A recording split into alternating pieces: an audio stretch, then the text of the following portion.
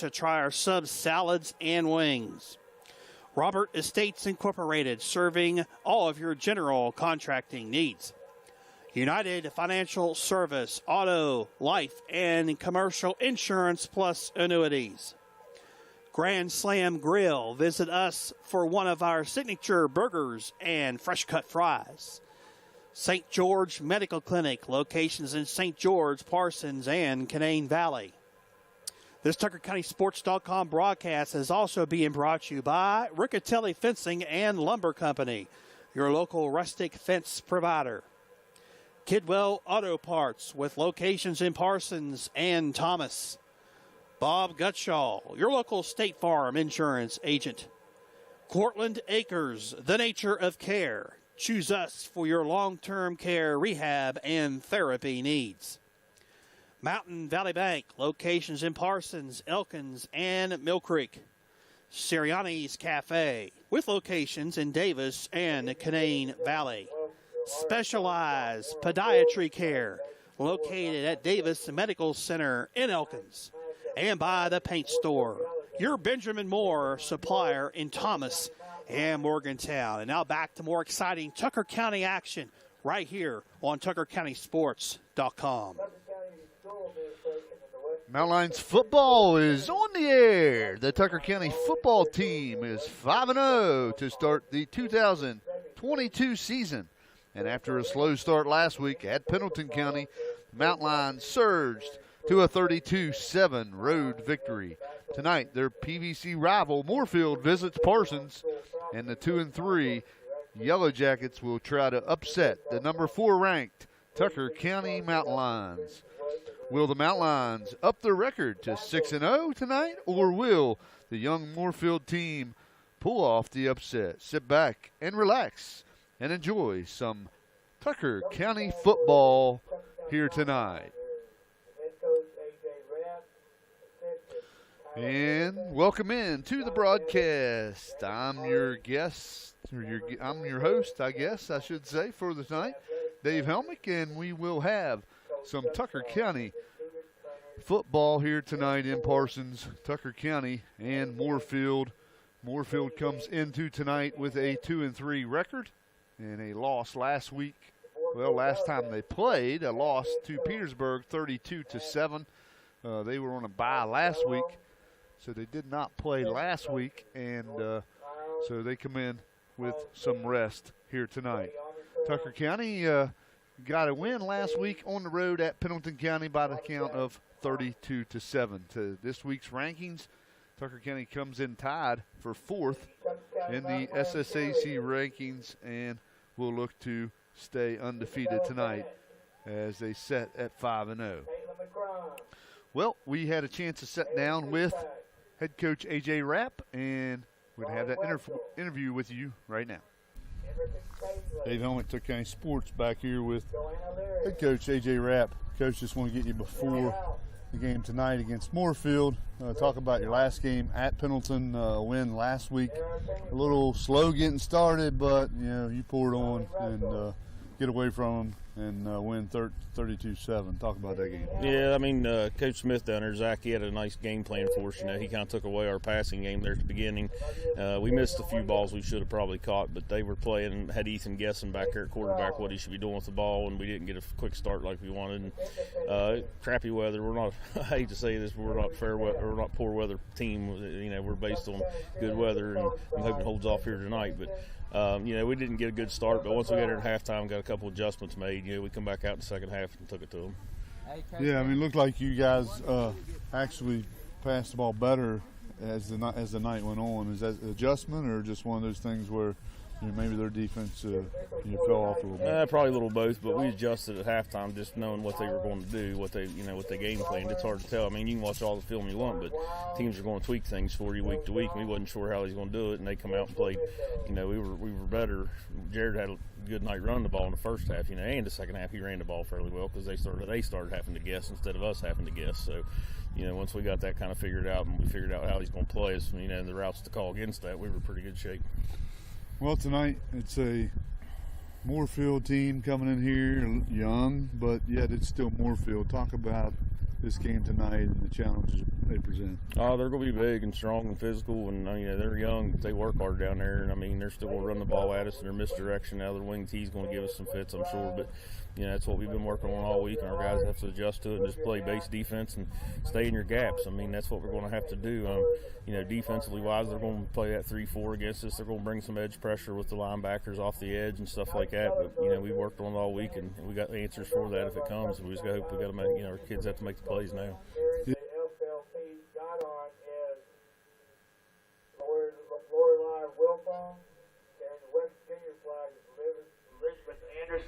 And tonight's color sergeant carrying Old Glory is Elisa Bennett.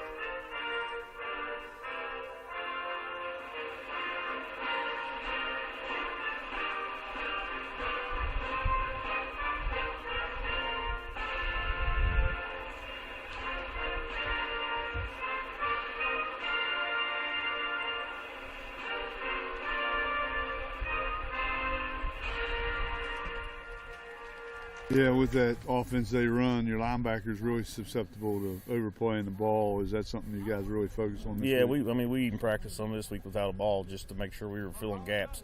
It's if you're gap sound, you're better than you are, read and chasing, like some offenses. But we tried to play it to where we could get into the gaps and make sure our linebackers have gaps and make sure our ends are contained like they're supposed to. And if they do that, we'll be okay. Well, and your defense, has had some tests with run game. So talk a bit about how your adjustment may be with Moorefield. You've seen he started. You've seen Pocahontas, kind of a power team. He started. I think it's more of a power team this year than a passing team. Talk about your adjustment you think you're going to have to make here tonight with them. We got a couple if we need them.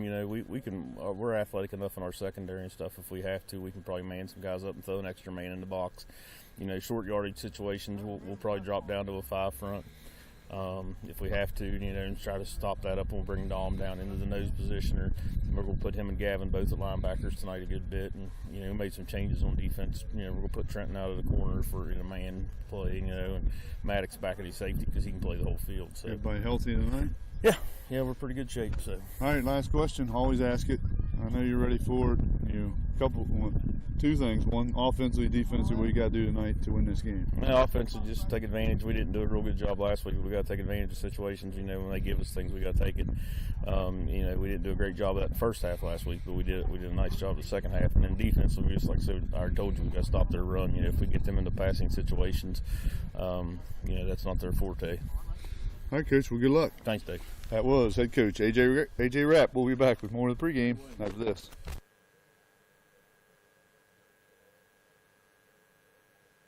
CountySports.com broadcast live on the Tucker County High School football and basketball YouTube page is being brought to you by Pat Nichols, attorney at law, proud to support Tucker County sports. Jim's All-Star, hot food, cold beverages, and gas. Mike Rosenall, your Tucker County Commissioner, wishing all Tucker County High School Mountain Lions a safe and successful season. Atkins Home Center in Southern States of Parsons. Fargo Insurance Group, Tucker County's nationwide insurance agent. Mr. Pizza of Parsons, home of the Mr. Big, more than just pizza, try our subs, salads, and wings. Robert Estates Incorporated, serving all of your general contracting needs. United Financial Service, auto, life, and commercial insurance plus annuities. Grand Slam Grill, visit us for one of our signature burgers and fresh cut fries. St. George Medical Clinic, locations in St. George, Parsons, and Canaan Valley. This TuckerCountySports.com broadcast is also being brought to you by Riccatelli Fencing and Lumber Company, your local rustic fence provider. Kidwell Auto Parts with locations in Parsons and Thomas. Bob Gutshaw, your local State Farm insurance agent. Cortland Acres, the nature of care. Choose us for your long-term care, rehab, and therapy needs. Mountain Valley Bank, locations in Parsons, Elkins, and Mill Creek. Sirianni's Cafe, with locations in Davis and Canaan Valley. Specialized Podiatry Care, located at Davis Medical Center in Elkins. And by the Paint Store, your Benjamin Moore supplier in Thomas and Morgantown. And now back to more exciting Tucker County action right here on TuckerCountySports.com. All right, we're back here at R.H. Armstrong Memorial Field, class of 1984 stadium. And we're about ready to get things underway here. Coin toss about to happen. Captains walking out on the field as we speak. Captains from Moorefield, Alexander Miller, number 34, number 4, Landis, Adam Landis, number 8, Kessel, and number 2, I believe, that is Tyson Arnold. So, captains out there for Tucker, the usual. Ethan Rosenall, Trenton Wilfong, Dom Molnex, and Jacob Barrett. So, we're about ready to get things underway. I also want to take this time to thank St. George Medical Clinic for their donation to get the camera renewed again for football and basketball this season to allow us to. And as you're hearing, Mountain Lions won the toss and they'll defer. So Tucker wins the toss and they always defer. So Moorefield will have the ball to start the game. As I was saying, I want to thank St. George Medical Clinic for their donation to get us camera live feed, live YouTube from basketball and football and volleyball and all the sports at the football field and the gym. As we're about ready to get things underway, both teams huddling up, getting ready. And also after the game tonight, there will be a fifth quarter. FSC Varsity Church God up on stay tuned here at the half. We're going to have some. Everyone is welcome to join them. And we're going to have some information about some other Tucker County sports. Also tomorrow, if you don't have any plans in the morning, wake up and drive down to Camp Kidd, as our cross-country team is having a cross-country home meet tomorrow at Camp Kidd. And we're going to see if we can get Coach Molnex to come up and talk to us at halftime.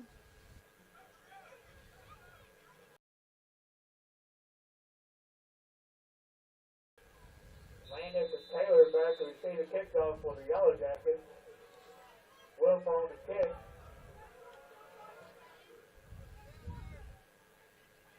And Moorefield receives the kick, drops it, picks it up, and gets tackled there by Barrett. On that carry was number 4, Landis. Landis on the carry for the Yellow Jackets. Barrett on the stop for the Mountain Lions. So it's going to be 1st and 10 for Moorefield. And the ball is going to start at the 24, their own 24-yard line. That's where they'll start it off.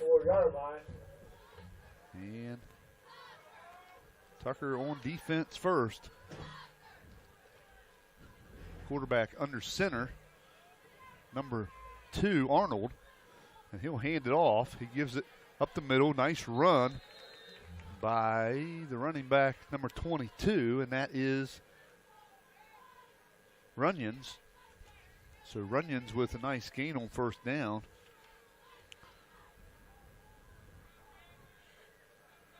And it's going to be 2nd down, about 3. For the Mount Lion brings So up the second 7 yards on that carry. 3 for the Yellow Jackets.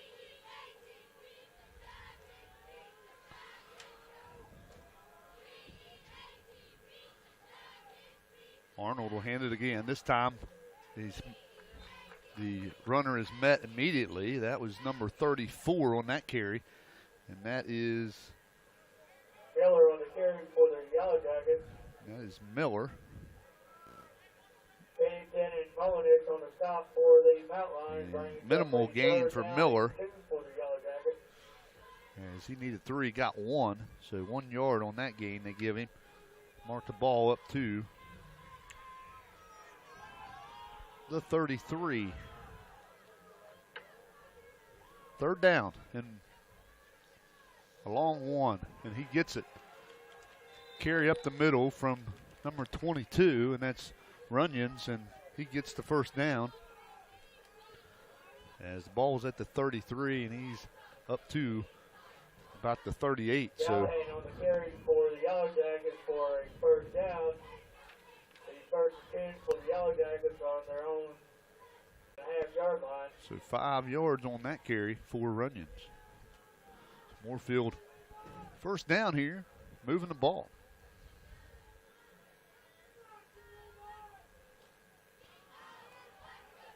And Moorefield with another big run up the middle. This time it's Landis, number 4, with the carry. He's got a first down. Landis on the carry for the Yellow Jackets. Mark the ball right at midfield. And give him 12 yards on that carry. Mount Lion brings up a first and 10 for the Yellow Jackets at midfield. So 12-yard carry there puts Moorefield right at midfield here to start this game. A good drive going for Moorefield. Arnold, he'll hand it off to Runyons. Runyons hit hard by Dom Mollinex. Met in the hole, and he'll get maybe a half a yard. We'll give him none. And very good tackle there by Dom Mollinex. Runyons on the carry for the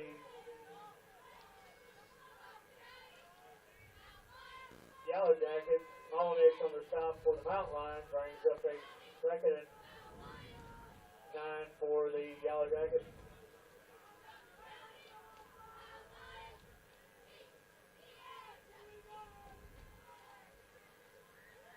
Hand off this time to Landis. Landis around the right side. Big gain again for Moorefield as they're gashing this Tucker County defense early. And they'll work it up to the 45-yard line. Actually, the 35-yard line. So a 15-yard gain there. Yellow Jackets.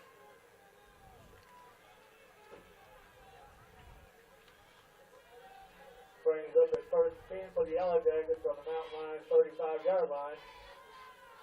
A muddle huddle formation from Moorefield as they put a bunch of kids on the other side, and they'll throw it across the middle, screen pass, and still on his feet is 42, and he's going to score. Actually, he's run out of bounds at the 1 as Tucker was confused there on that screen pass, and number 42 catches it for a big gain down to the 1. Chase Myers with that catch and run, and they'll mark him out at the 1. So a big, big play there. Goes for 34 yards for Moorefield on the pass and catch.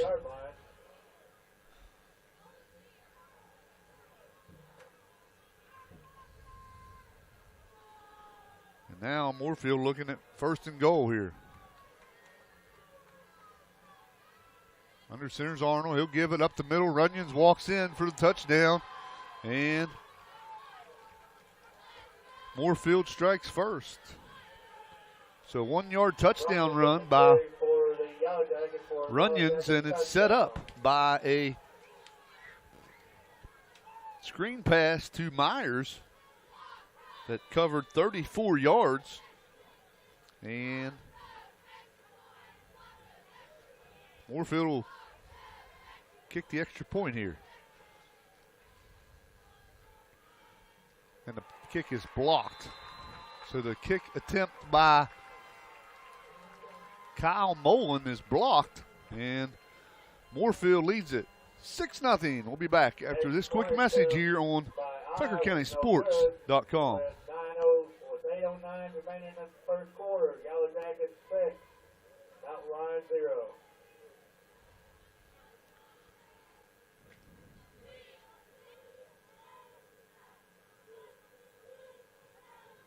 This TuckerCountySports.com broadcast live on the Tucker County High School football and basketball YouTube page is being brought to you by St. George Medical Clinic, Riccatelli Fencing and Lumber Company, Kidwell Auto Parts, Bob Gutshaw, Cortland Acres, The Nature of Care, Mountain Valley Bank, Sirianni's Cafe, Specialized Podiatry Care, and by The Paint Store.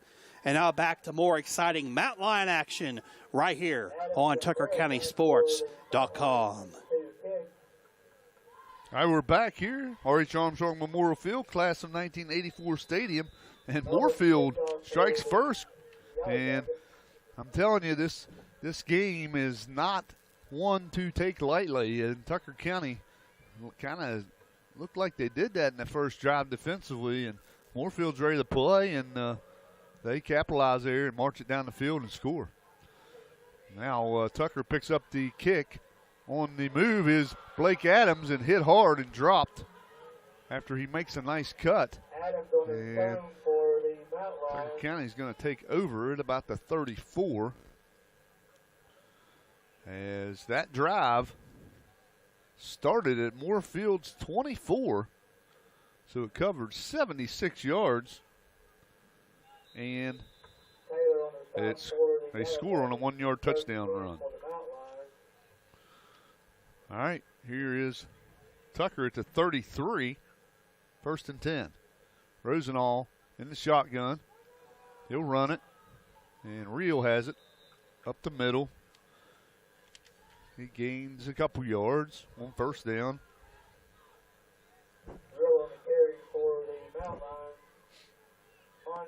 Mark it up to the 35. 35, 36-yard line. So 3 yards there for Reel on 1st down.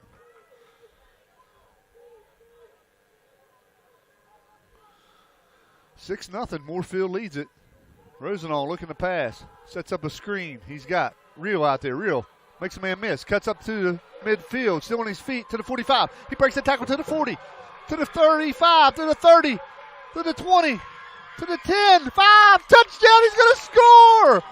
Jared Reel with the screen pass from Rosenall, and he scores from 69 yards out for the touchdown. And let me get the official that actually no.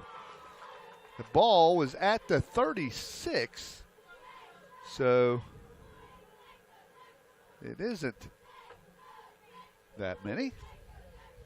We'll get it here. It's only 64. Not sure what I said earlier, but now we got a flag. We're going to have an unsportsmanlike or sideline warning here on Moorefield. So sideline warning on Moorefield, which will not be a penalty. But what a run there by Jared Reel on that screen to tie this thing up.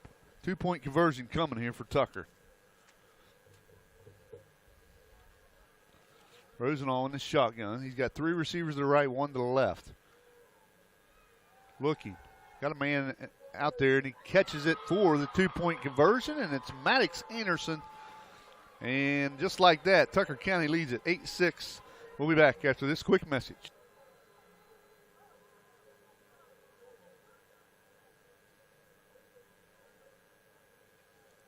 This TuckerCountySports.com broadcast live on the Tucker County High School football and basketball YouTube page is being brought to you by Patty Nichols, attorney at law, Jim's All-Star, Mike Rosenall, your Tucker County Commissioner, Fargo Insurance Group, Atkins Home Center in Southern States of Parsons, Mr. Pizza of Parsons, Robert Estates Incorporated, United Financial Service, and Black Grand Slam Grill.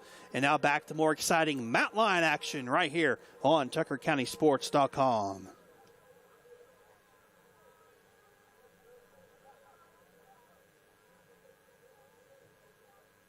All right, we're back here. Arch Armstrong Memorial Field, class of 1984 stadium.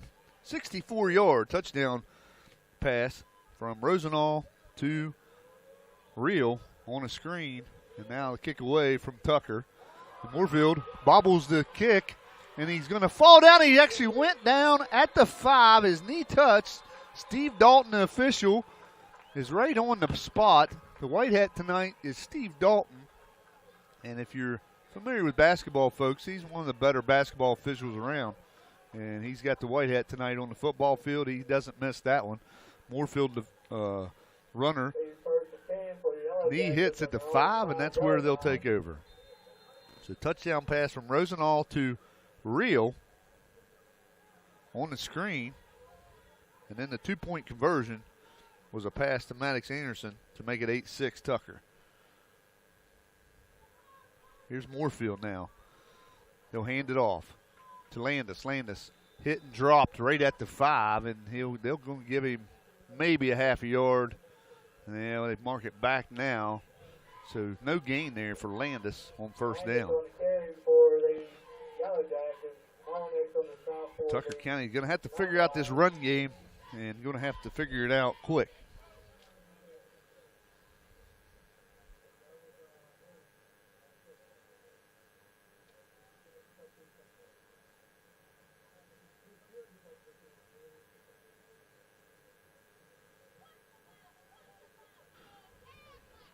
All right, Moorefield breaks the huddle. One receiver to the right. They'll hand it off again. This time hit and dropped, and he's close to a safety there. They're going to mark him at the 1. So a loss of 4. Not sure who the runner was there, but I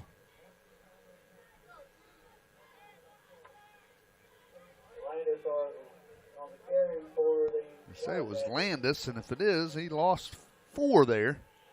Back to the 1. So Moorefield very close to a safety there. Very dangerous territory here for Moorefield. They're looking at 3rd down and 14, and the ball, folks, is setting inside the 1. A blitz coming from Tucker, and they hit it and drop him right at the 2. Maybe give him a yard. They do. They give him 1 yard. And it's going to be 4th down.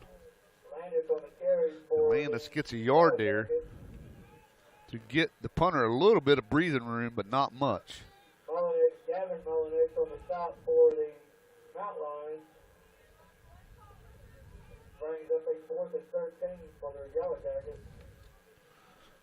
Looks like a punt coming here, and the ball goes out of the back of the end zone. Wow. Snap is dropped out of the back of the end zone. It's a safety for Tucker County, and that put 2 more up for Tucker to make it 10-6. So things got worse there for Moorefield, and we'll pause for a quick message and come back with a kickoff.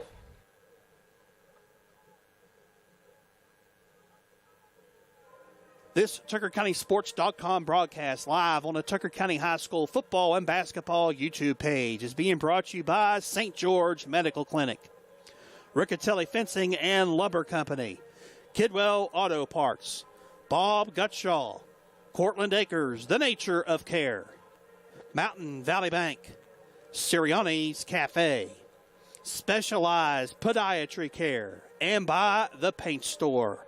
And now back to more exciting Mountain Lion action right here on TuckerCountySports.com.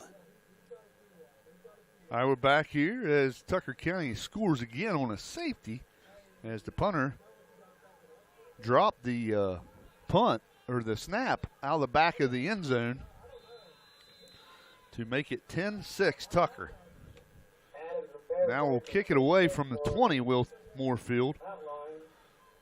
And Tucker's going to end up with pretty good field position here out of this, I would think. Kick coming here. And it's high, short. Let it go out of bounds, and they don't. They pick it up. Does Barrett, and he'll just drop down here, and Tucker will have the ball at about the 42. Very dangerous there as he was not very quick to grab it, but he gets it under control, and Tucker County will start this drive from their own 42-yard line, 1st and 10. So Tucker County got off to a rough start defensively in the first drive for Moorefield, but got things figured out really quick there on that last drive. All right, 1st and 10 for Tucker. Rosenall in the shotgun. He's got 2 receivers to each side. Now he'll motion Adams across, and he'll throw it to Adams. Adams has it out in the flat, and he's going to be hit and drugged down for a big loss. So not fooled there was Moorefield by that play. And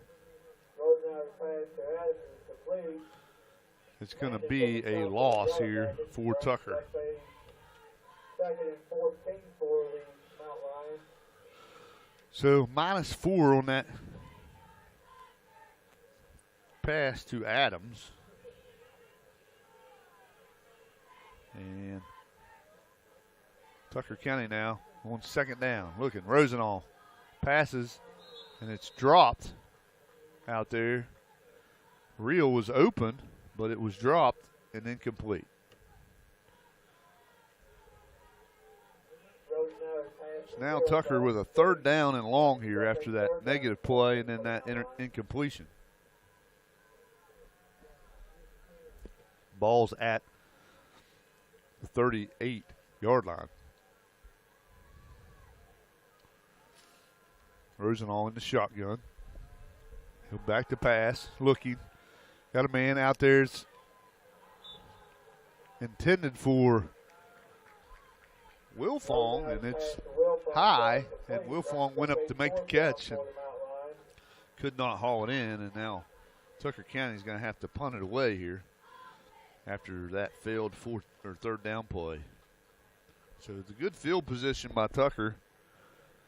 Kind of squandered on that negative play. And now they'll punt it away. Back to punt is Wilfong. Low punt, and he'll run, and he'll get up the field, and he's going to have the 1st down. Fake punt by Wilfong as it was a bad snap, and he decided to just take off, and it worked out as Wilfong gets a big gain as the ball was at the Tucker County 37. Now they're going to mark him up to the Moorefield 44-yard line.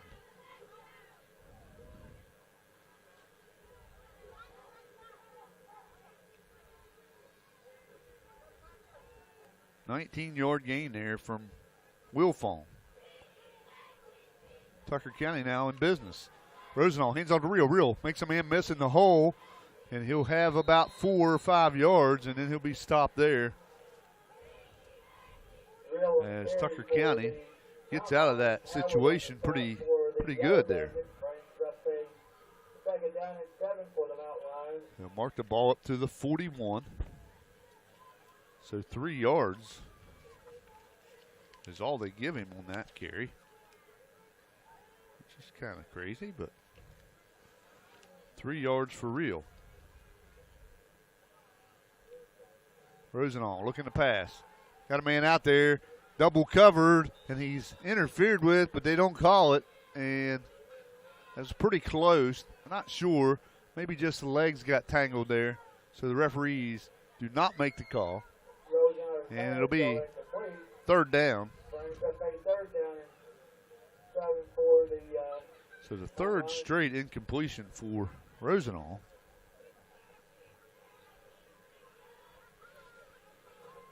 And now Tucker looking at a 3rd down and 7.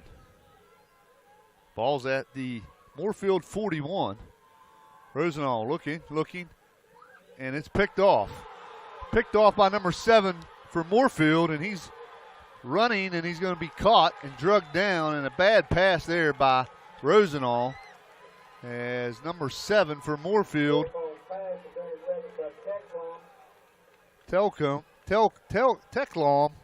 intercepts the pass. I thought he was going to score there, but Tucker County ran him down, and it's the first turnover of the game as Rosenall makes a mistake on that out pattern and throws an INT.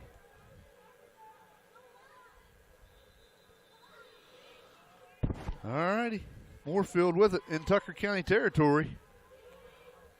And with 3:07 left in the first, Moorefield's in business here. Arnold, he'll hand it off up the middle. Number 34 gets it, hit and dropped immediately, and that is Miller. And he might have a yard, maybe. No, he doesn't. Ball was at the 29 originally, and that's back to the 29. No gain.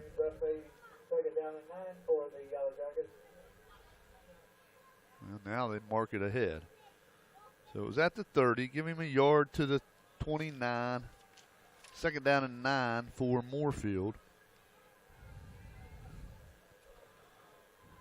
2:30 and ticking on the first quarter clock. Tucker leads 10-6. Arnold fakes it. Now he'll throw it out to the end on number 34 there. Catches the pass. Tackled immediately by Reel. And Miller with the pass catch there. Gaines, actually he's got a hurt player here. So injury on the field. Ball is marked at the 24-yard line. So a 5-yard gain there for Moorefield on that pass and catch. And while they look at the injured Miller, we'll take a break.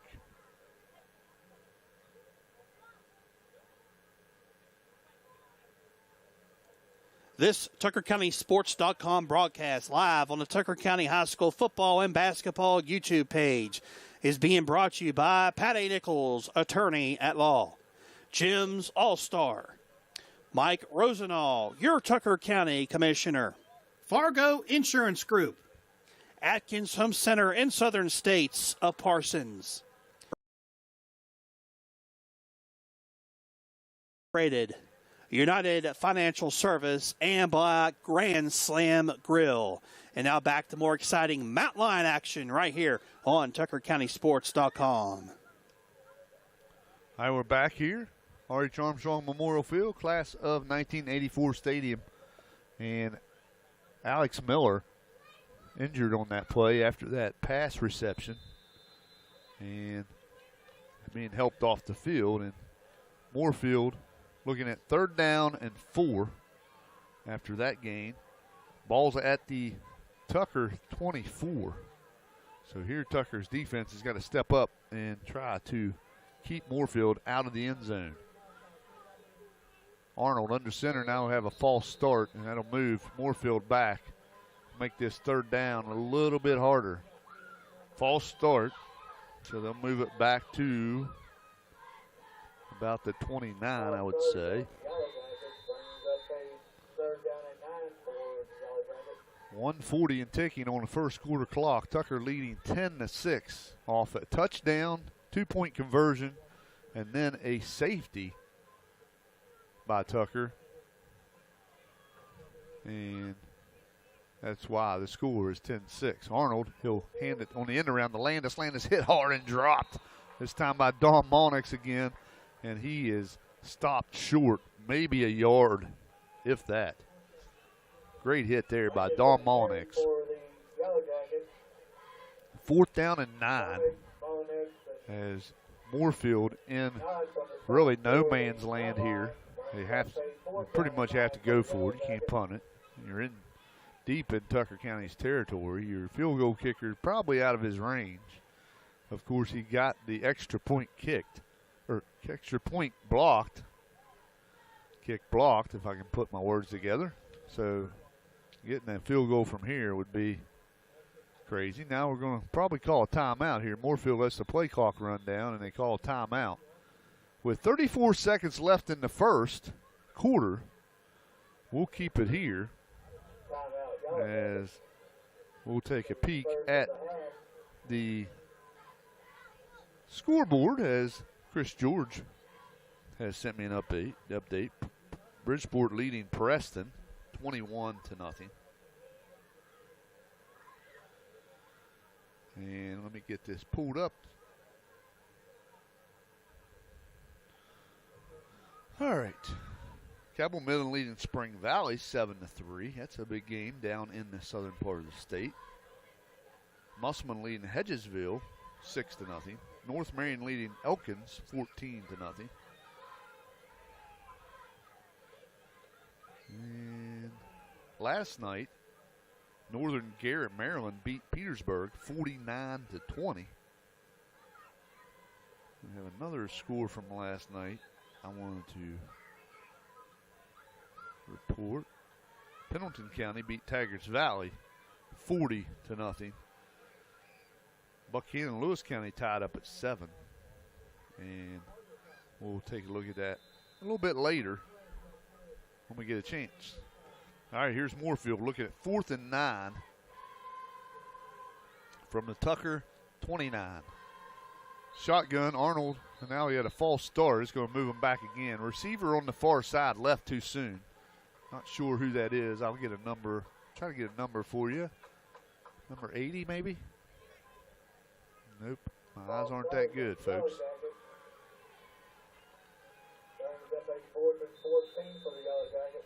88 maybe? Williamson over there. Moved early. So it's going to make this 4th and 9 a 4th and 14 as they'll put the ball back to the 34-yard line. So 4th down and 14. Tucker's just got to do a good job here, not letting the containment break for Moorefield, not letting them get a first down here. Snap back. Arnold looking to pass, being pressured, and it falls down. And now we got a hold probably on top of that, which Tucker will decline it, and it'll be Tucker's ball. So good job there. They marked the ball at the 41, so the quarterback loses 7 yards there. So Arnold loses 7. That'll give Tucker the ball at the Moorefield, actually at their own 41-yard line. As not sure what was being discussed there, but nonetheless, Tucker County takes over about where they started their last drive. See if they can do a little better job with the ball. 3 receivers to the right, 1 to the left for Rosenall. Sidecar, running back reel to his right, and he'll hand it off. Nope, he looks to pass, fakes it, not there. Rosenall gets a nice gain up there on 1st down, and it'll probably end the quarter. He takes it up to the 45. Not what he wanted to do, but that post route was not there, and he brings it up to the 45 for a gain of 4. Into the first. Tucker County leads it by the score of 10-6. We'll be back after these messages here on TuckerCountySports.com.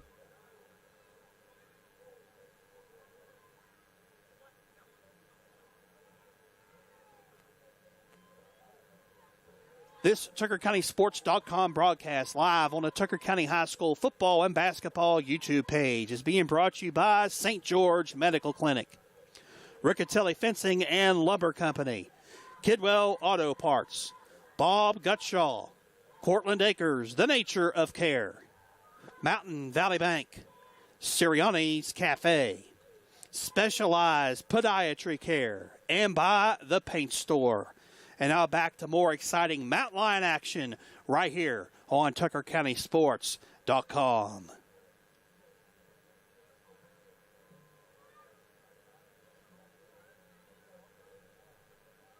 Back here, R.H. Armstrong Memorial Field, class of 1984 stadium. Dave Helmick with you. Tucker County, Moorefield into the first. Tucker leads it 10-6. Exciting and event-filled first quarter. But here we go to the second. Tucker County has it. 2nd down and 6. Rosenall in the shotgun. He'll hand it off to McAllister. McAllister hit hard and dropped, but he'll gain a couple yards. Mark him up to the 40. Actually, no, now they mark it back to the 46. Lineman on the stop for the Yellow Jackets brings up a 3rd down and 5 for the Mount Lions.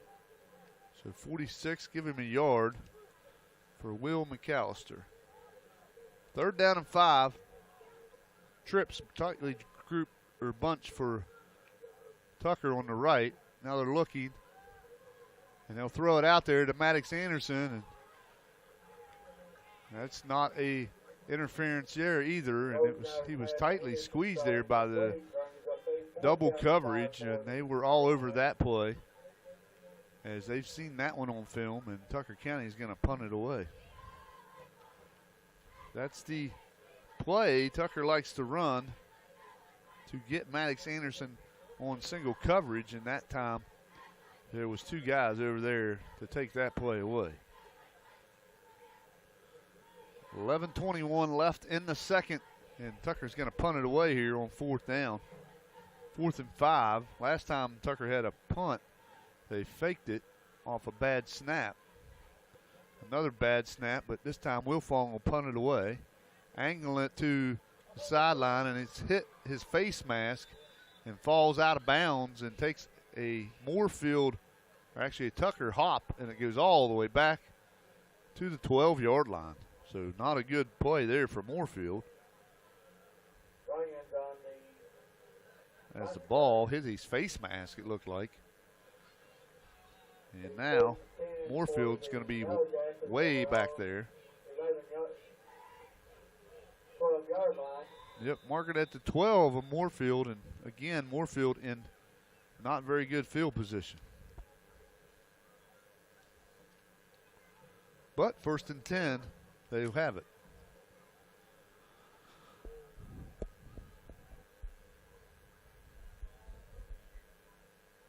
Arnold calling the signals. He'll hand it off.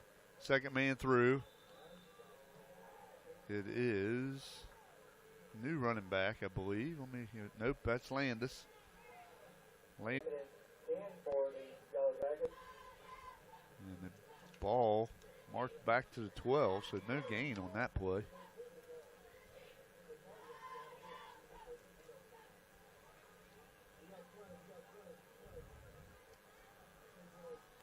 So 2nd and 10 for Moorefield as they put 2 receivers out.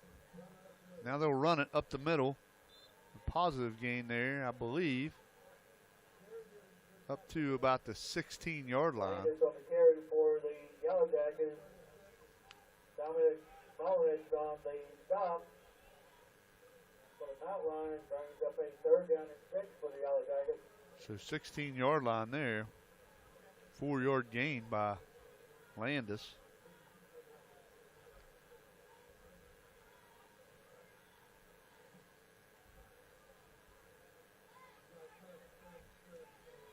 And 9:50 and ticking on this 2nd quarter clock.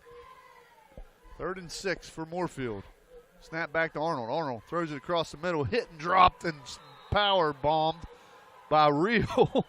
Is number 42, and that is Myers.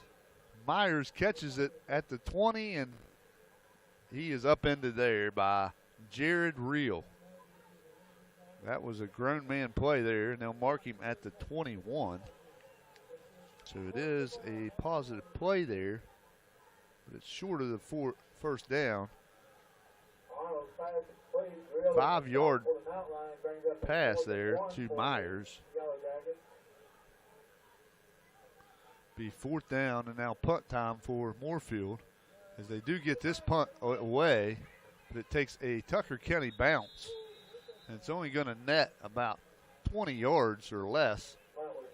See where they mark it, but the ball was spotted at the 21 of Moorefield, and they're going to mark this ball all the way up to the 36 of Moorefield. So not much net there for Moorefield. And Tucker County's going to have great field position at the Moorefield 36. 1st and 10 there. 2 receivers to the right, 1 to the left. Actually, another receiver to the right, so 3 to the right. Now they'll hand it off. Real makes a man miss in the hole. Leans forward, has positive yardage. Up to about the 31. And if they mark it there, that'll be a 5-yard gain for Jared Real. 31 is where they put it. Jared Real has a 5-yard gain there on 1st down.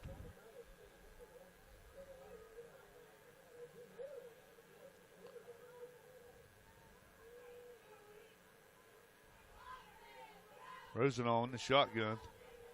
He'll hand it off again. Nope, he fakes it, gives it over to Adams. Adams catches it on the sideline and tries to get the 1st down marker, but he'll be short, shoved out of bounds.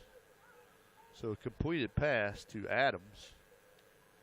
Rosenau's pass to Adams is complete. See where they mark it, but he's going to be short of the 1st down by a yard. So mark him at the 27. 4-yard gain there on that pass. He'll hand it off. McAllister on 3rd and 1 gets hit and dropped by Moorefield. And the tackle made there by number 56, I believe. Let me see if I can see a number. McAllister on the carry for the outline. Jared Baker? For the Yellow Jackets brings up a 4th down and I apologize if that isn't right, but that's who it looked like. And Tucker now 4th and 2, as that was a -1 yard there. And now Rosenau will look to pass. Screen set up for Bennett. Bennett catches it. He has the 1st down, still on his feet, and rumbling, stumbling inside the 20. And they're going to mark him clear up to the 16-yard line. It's going to be 1st and 10 from there, as Tucker County did a nice job of selling the right side screen. And they go back to Bennett. And Bennett with his 1st catch of the night. They're going to mark him down to the 16-yard line, so it's 11-yard gain there from Rosenau to Bennett.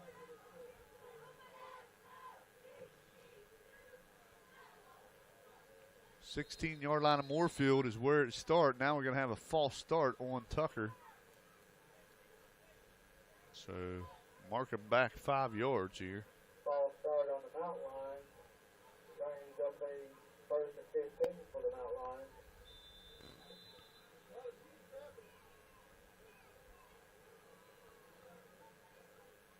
All right, 1st and 15. Rosenau looking to pass, being pressured. Now he has the man out there. It's Adams. Adams makes a man miss, cuts up to the 5. He's going to score. He's in the end zone for the touchdown as he dives for the pylon, and he scores from 16 yards out. Actually, mark that. He's going to score from 21 yards out, as they marked it back to 5 yards. I forgot about that. So a 21-yard touchdown by Blake Adams. That pass comes from Ethan Rosenau. So a 21-yard catch and run. And a great effort by Adams there in the end zone to dive for the pylon. Rosenau back across the formation. He throws it to Wilfong for the 2-point conversion. And it is incomplete and no good on the 2-point conversion. We'll be back after this.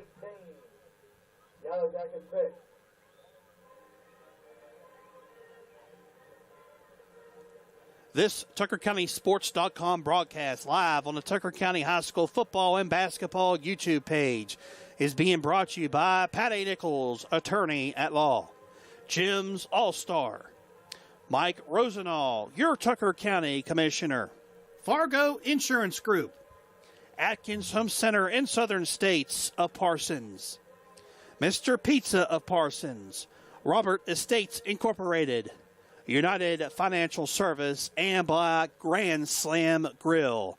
And now back to more exciting Mount Line action right here on TuckerCountySports.com.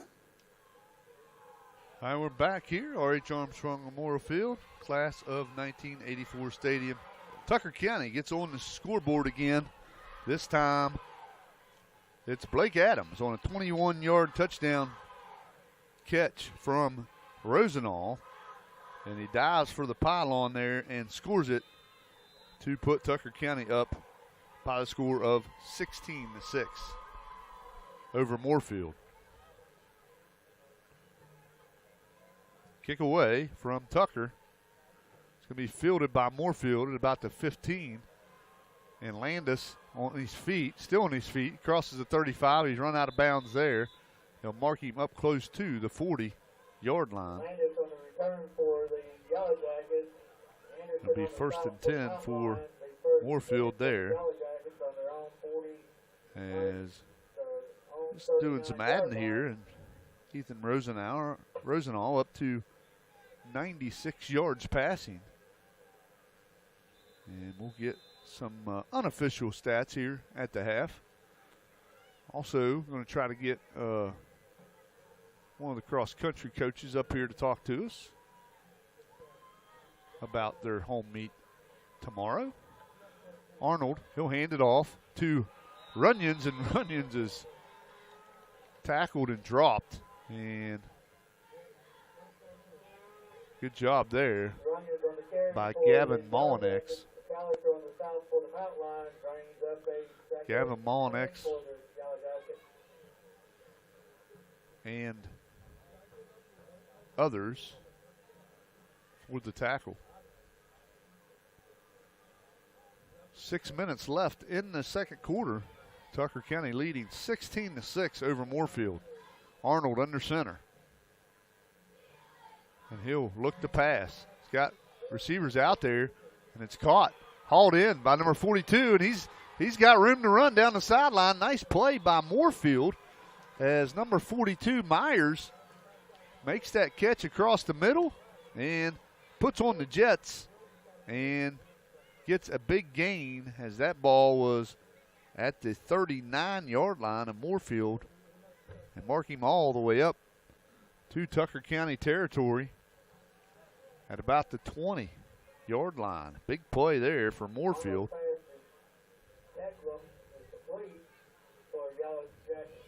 The referee's over here talking about something. Sideline warning for Tucker County now. So both sidelines have been warned. Or now it's a penalty? Huh. Well, they mark off a penalty. Personal foul against the Mount Line. First goal for the Yellow Jackets.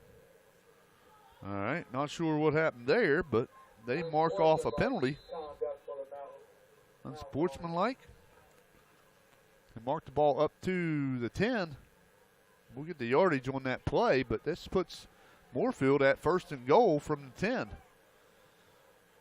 Arnold under center. Maybe something said over on the sideline. Arnold will hand it off. Up the middle comes, I believe that was Landis. And it was. He'll go up to the 7. So give him 3. Make it 2nd and goal from the 7. Gavin Mollinex on the stop for the Mount Line brings up a 2nd and goal for the Yellow Jackets.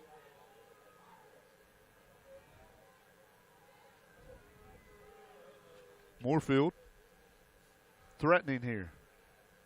Arnold gives it to Runyons. Runyons up the middle. He'll get the 5, and that's it. So 2-yard gain there for Runyons. Bring up 3rd down and goal at the 5. Brings up a 3rd and goal for the Yellow Jackets.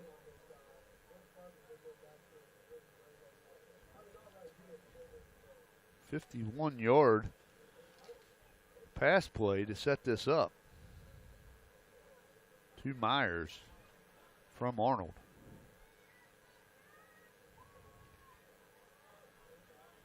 Moorefield breaks the huddle. Arnold under center. He wants to pitch it, and he does pitch it, but the guy was at the wrong spot, and now we're going to get a crackback block. It's going to bring this touchdown back.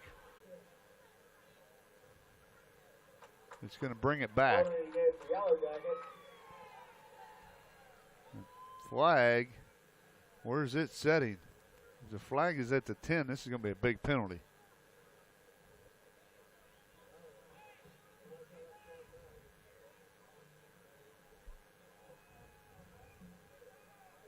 And mark it back to the 12. So take the touchdown away. The ball back to the 12.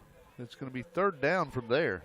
3rd and 12. 3rd and goal from the 12 as Landis scored, but a hold brings it back. Now Arnold under center. Snap back. He'll go. Yep, they called a touchdown. And met at the goal line was Moorefield runner number 7, Tecklum, and I thought he was going to walk in, and Tucker County just about stopped him, and they call it a touchdown. That comes from 12 yards out. So nice little play design from Moorefield to get them on the board and get them closer here to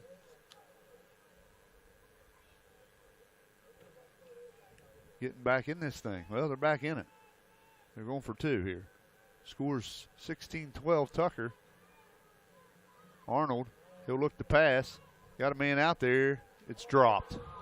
Wide open was the receiver, number 20, Watts, and he dropped it. And the 2-point fails, but Moorefield scores. We'll be back after these messages here on Tucker County Football YouTube page.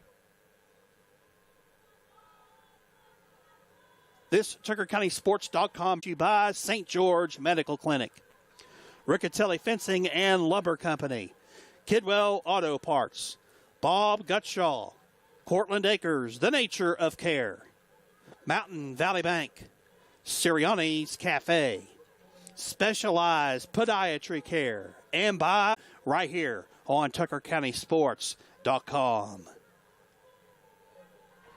All right, we're back here at R.H. Armstrong Memorial Field, class of 1984 stadium, as Moorefield gets on the board again on a 12-yard touchdown run by Tecklum. And the 2-point conversion fails. 16-12 Tucker with 3:46 left in the second quarter. Big possession here for Tucker. Need to get some points here, get some separation. And this Moorefield team with some confidence here. Throwing the ball well, which is kind of a surprise from talking with Coach Rapp in the pregame, but nonetheless, that happens.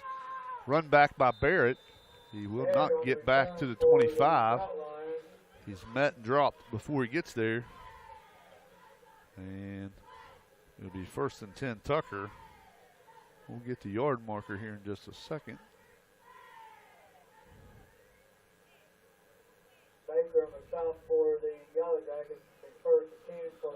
All right, Tucker kick over at their own 23 left in the second quarter.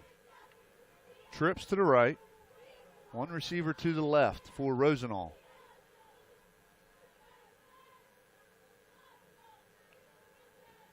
And now he'll throw it out in the flat. It's to Anderson. Anderson makes a man miss, and he'll have close to first down yardage there. As so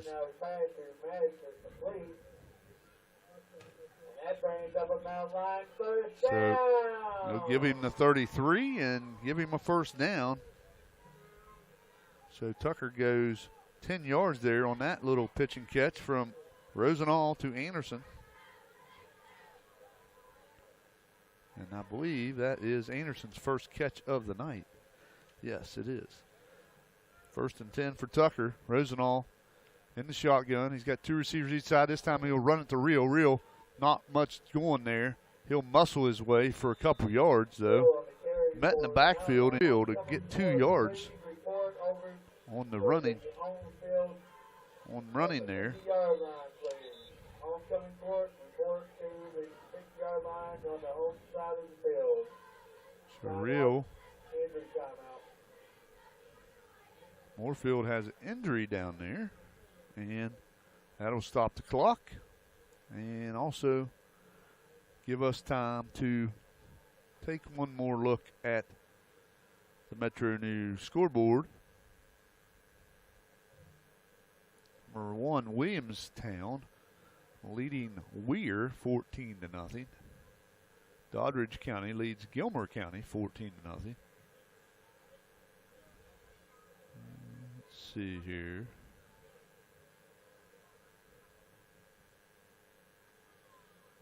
John Marshall leading Kaiser 14-0. That's a surprise score. Morgantown leading Fairmont Senior 7-0. Philip Barber leads East Fairmont 8-0. Robert C. Bird leading Lincoln 14-10.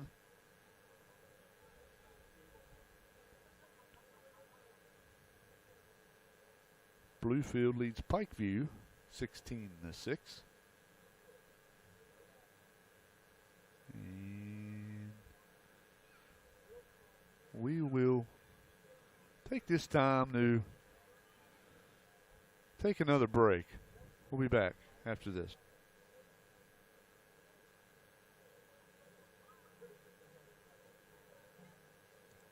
This TuckerCountySports.com broadcast live on the Tucker County High School football and basketball YouTube page is being brought to you by Pat A. Nichols, attorney at law, Jim's All-Star, Mike Rosenall, your Tucker County Commissioner, Fargo Insurance Group, Atkins Home Center in Southern States of Parsons, Mr. Pizza of Parsons, Robert Estates Incorporated, United Financial Service, and Black Grand Slam Grill. And now back to more exciting Mountain Lion action right here on TuckerCountySports.com. All right, we're back here with action as Tucker County looking at 2nd down and 7. And they'll hand it off. Nope, he fakes the handoff. He's got a man out there. Can he get it? Up in the air, he goes to get it, does Maddox Anderson, and he catches it for a big gain down the sideline as Tucker County with a big play there. Rosenall to Anderson, and they'll mark that ball all the way down to the Moorefield 35-yard line. So 35 to the 35. We'll get yardage for you here in just a minute. 2 receivers to each side for Tucker. 1st and 10. Rosenall, he'll hand it off. Nope. He fakes the handoff, gives it to Adams, and he has it up to the 30. And a nice 5-yard gain there from Rosenall to... That was Adams, I believe, over there. For the Yellow Jackets, brings up a 2nd and 5 for the Mount Lions. 5-yard gain there. Put the ball at the 30 for 2nd down and 5 from there. 3 receivers to the right, 1 to the left. Rosenall looking. He'll throw it, and it's dropped.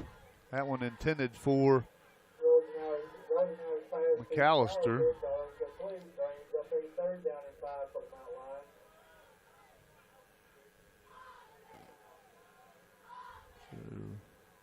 Incomplete.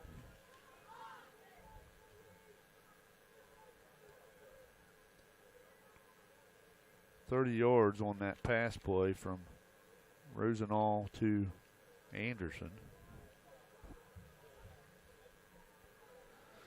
2:18 left in the first half. Rosenall looking to pass. 3rd down and 5. Being chased across the middle. He actually throws the ball to Anderson, and Anderson catches it for the first down. 20-yard line is where that one goes to. And a 10-yard pitch and catch again from Anderson, from Rosenall to Anderson. And it's clock running here. We're under 2 minutes, but it's 1st and 10 for Tucker at the Moorefield 20. Important possession here, folks. You get a score here, you get the ball to start the second half. Could put 2 scores ahead here if you play your cards right. Rosenall in the shotgun. He'll run it. Real. Makes a man miss. Cuts it up to the 10, to the 5. He's in. Touchdown. Nice job by Jared Real as he makes a man miss at the line of scrimmage and does the rest for the 20-yard touchdown run. Wow.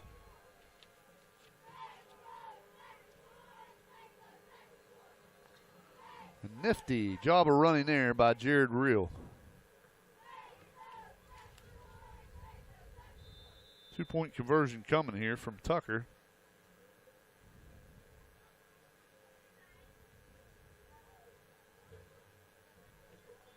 Rosenall. Motion Anderson across the formation. Look for him on the pass. And they throw it out to Lickladder. Lickladder hauls it in and catches it for the 2-point conversion. Good job there by Ashton Lickladder. They put 2 points on, and that'll make it 24-12. We'll be back after this quick message here on TuckerCountySports.com. Second quarter, Mount Lions 24, Yellow Jackets 12. This TuckerCountySports.com broadcast live on the Tucker County High School football and basketball YouTube page is being brought to you by St. George Medical Clinic, Riccatelli Fencing and Lumber Company, Kidwell Auto Parts, Bob Gutshaw, Cortland Acres, The Nature of Care, Mountain Valley Bank, Sirianni's Cafe, Specialized Podiatry Care, and by The Paint Store. And now back to more exciting Mount Lion action right here on TuckerCountySports.com. Back here at R.H. Armstrong Memorial Field, class of 1984 stadium, as Tucker County has just went up 24-12. That come on a 20-yard touchdown run from Jared Real, and 2-point conversion was good on a Lickladder catch from Rosenall, and kick away from Tucker. And Moorefield on the run back here. Got to get him down. And they do get him from behind, does Barrett. And saving a big gain there. And all the way back to the 45 does the punt or kick return come back. And I want to shout out to Fred Meyer listening in San Antonio, Texas. Good to hear from him as there's a Tucker County sporting event going on. You can bet Fred Meyer's tuned in. Also, Moorefield or Chris George keeping me up to date. 41-0. Bridgeport leading Preston. We're 24-12 here. Tucker leading. Moorefield with the ball. They hand off to Landis. Landis has a nice gain on first down up over midfield. Moorefield has 2 timeouts, but they run it here. And they go, it goes under 1:10 to play in the third quarter, or second quarter, excuse me.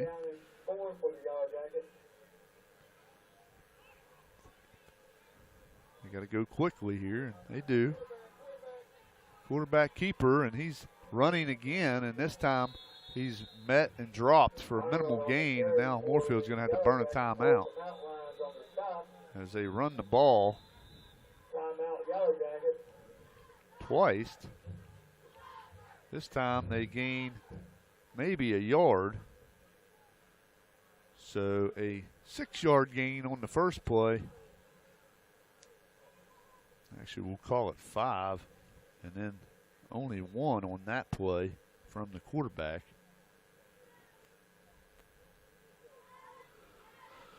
.48 seconds left till halftime. We'll keep it here as we'll take one more peek at the Metro News scoreboard. Try to look at AAA here. Cabell Midland, Spring Valley, the AAA game of the week. Cabell Midland leading at the half, 14-10. Musselman leads Hedgesville 6-0. Hurricane leading Princeton 7-0. John Marshall still leading Kaiser 14-0. And Greenbrier East and Oak Hill tied at 7. All right, we're about ready to come back to action here with just 48 seconds left in this first half. Homecoming this tonight. We'll crown a homecoming queen tonight at halftime. And we'll try to have that for you also. We'll try to turn the mic up and listen. High snap. Arnold looking to pass. Got a man out there, but he's hit and dropped. He'll have the first down. They'll stop the clock momentarily. Myers with the catch. The ball was at the 49. They mark it up to the 42. And now an incomplete pass off a good play there from Tucker. An incomplete pass stops the clock. Allows them to maybe get a huddle there. 7 yards on that pass play before to move the chain. 2nd down and 10 for Moorefield, but more importantly, only 28 seconds left in this half and only one timeout for them. Arnold looking to pass, being rushed, and he falls down. Pressure initially by number 65, Hayden Smith, and he caused Arnold to fall down, and he'll have a big loss there as they'll mark the ball back to the 48-yard line. So a 7-yard loss there from Arnold. And that will end it. As Moorefield does not call a timeout, and they let the clock run down. And that's it, folks. Halftime has come as Tucker County leads it at the half. 24-12. We'll be back with the halftime show after this.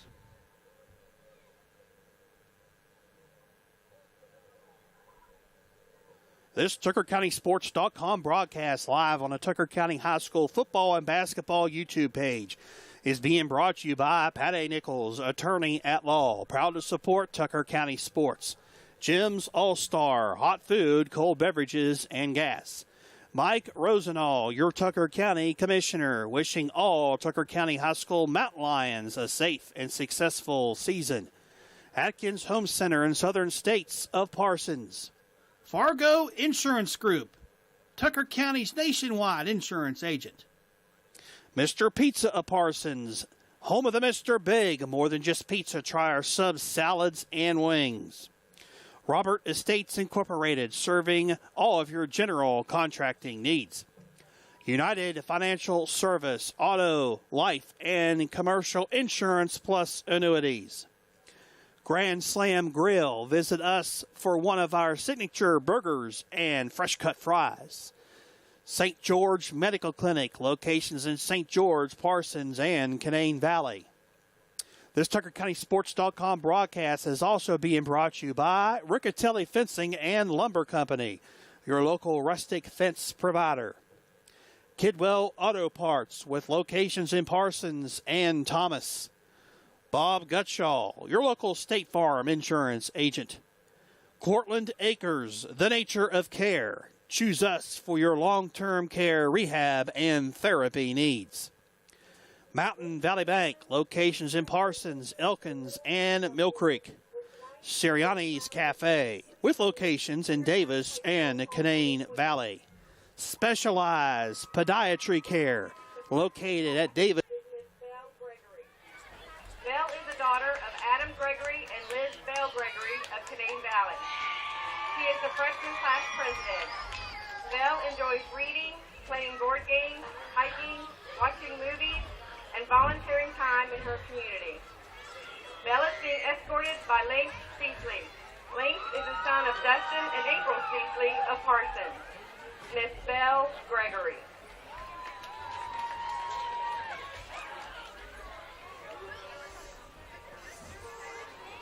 Representing the sophomore class is Miss Raven Matthews.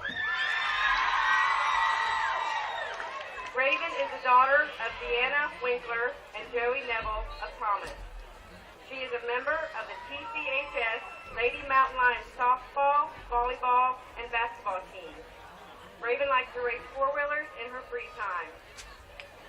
She is being escorted by Garrett Wilfong.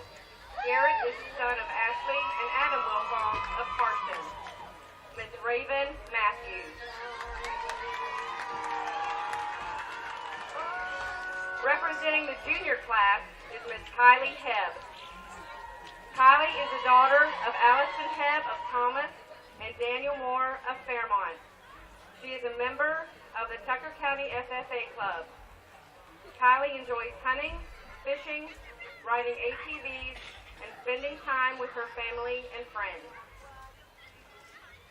She is being escorted by Joe Ratchford. Joe is the grandson of Thomas and Lois Ratchford of Parsons. Miss Kylie Hebb. Now for our seniors. Our first representative for the senior class is Dara Pennington. She is the daughter of Kevin and Christian Pennington of Hamilton. Dara is a member of the TCHS Varsity Cheer Squad, FCA, the National Honor Society, and cheers for North Central Athletics in Clarksburg. Her interests include tumbling and spending time with friends. Dara plans to attend WVU in the fall, studying forensic pathology or pharmacy. She is being escorted by Aaron Quattro. Aaron is the son of Brian and Dana Quattro of Davis. Miss Dara Pennington. Our next senior representative is Miss Ariana Plumley. Go ahead and take care of everything, whatever you need to do. She is the daughter of Jason and Jamie Plumley of Parsons. She is a member of PISTA, the National Honor Society, and Upward Bound. Ariana enjoys gardening, reading, writing, and shopping. Her future plans are to attend WVU or D&E and major in biology. She is being escorted by Jacob DeVilder. Jacob is the son of Mike and Sheila DeVilder of Parsons. Miss Ariana Plumley. Our final senior representative is Miss Paige Schaefer. Paige is the daughter of Michael and Cynthia Schaefer of Thomas. She is a member of the TCHS Lady Mountain Lions softball and volleyball team, a member of the National Honor Society, and is the senior class treasurer. Paige enjoys hanging out with friends and traveling. She plans to attend West Virginia Wesleyan College and to major in biology or pre-med. Paige is being escorted by Mason Kismore. Mason is the son of Steely and Amanda Kismore of Parsons. Miss Paige Schaefer. Crowning the 2022 Tucker County Homecoming Queen is our Tucker County School Superintendent, Mrs. Alicia Lambert.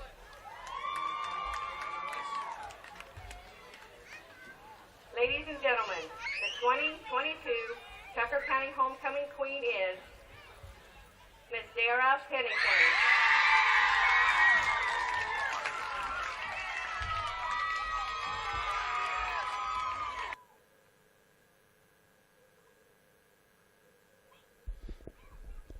All right, we're back, and you heard it. Dara Pennington, your homecoming queen. We'll let the rest of these ads play, and we'll be back with assistant cross-country coach Jack Molnix after this.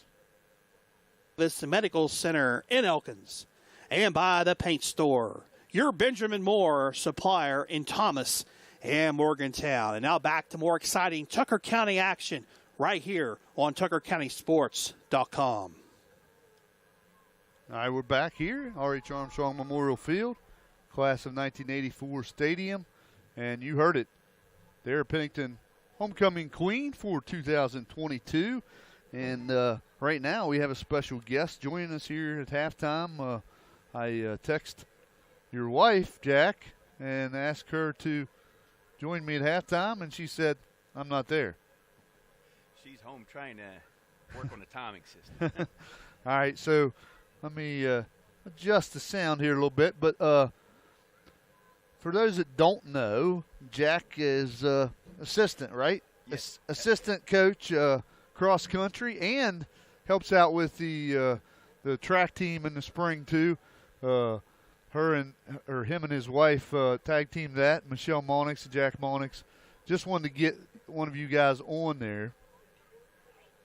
For 14 years they've been doing that, and just wanted to get one of you on here and talk about an important event tomorrow, as you guys are hosting a cross country meet down at Camp Kidd. Just talk a little bit about tomorrow, and what fans, if they want to come, the details.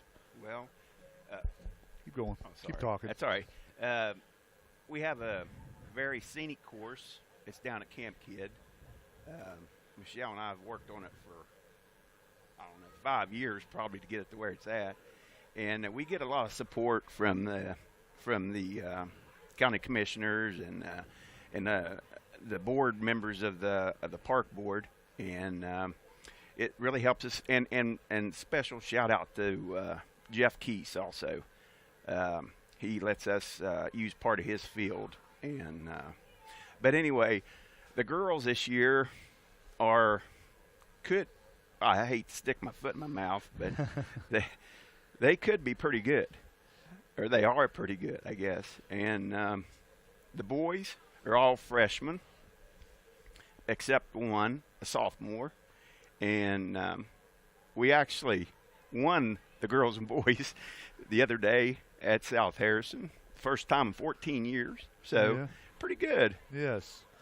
Well, just to let everybody know, tomorrow things get all underway. What time? 9 o'clock. 9 o'clock, yes. 9 a.m. Come a little early. Come down and support these kids. It's not a far drive. Come down to Camp Kidd. I know it's going to be cool in the morning, so dress accordingly. But 9 a.m. is the girls' race. Yep. About 9:30, the boys will get kicked off racing. And by, 10:30, 11 o'clock, you'll be back home. The wards are gone, and you'll be back home and can go to the Forest Festival Parade if you want to. Yes. So, I just want to get Jack on and talk a little bit about this season. I know he touched on it briefly. The girls having a great year. Got some young kids. I got a freshman that's it's pointing good for you. Yes. Got a couple juniors doing well for you. That's correct. A couple seniors. Talk a little bit.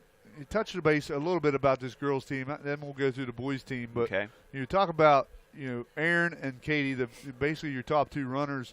They've been kind of trading back and forth on who wins, who gets top honors on for Tucker. So talk about them, and then go down through the rest of your girls. Well, I guess I got to start with Katie first. She's been first team All-State her freshman and sophomore year. She's on her way to do it again. And Aaron's a senior, and I think she has a great chance of being All-State this year. You got to finish in the top 10 down at Cabell Midland, down at the state meet, to be first team All-State. And single A's loaded. I mean, you got the Williamstowns, you got the Dardages, you got the Charleston Catholics, the us. We've been as high as 3 ranked, and we're ranked in the 5-6 range right now. St. Mary's is another one.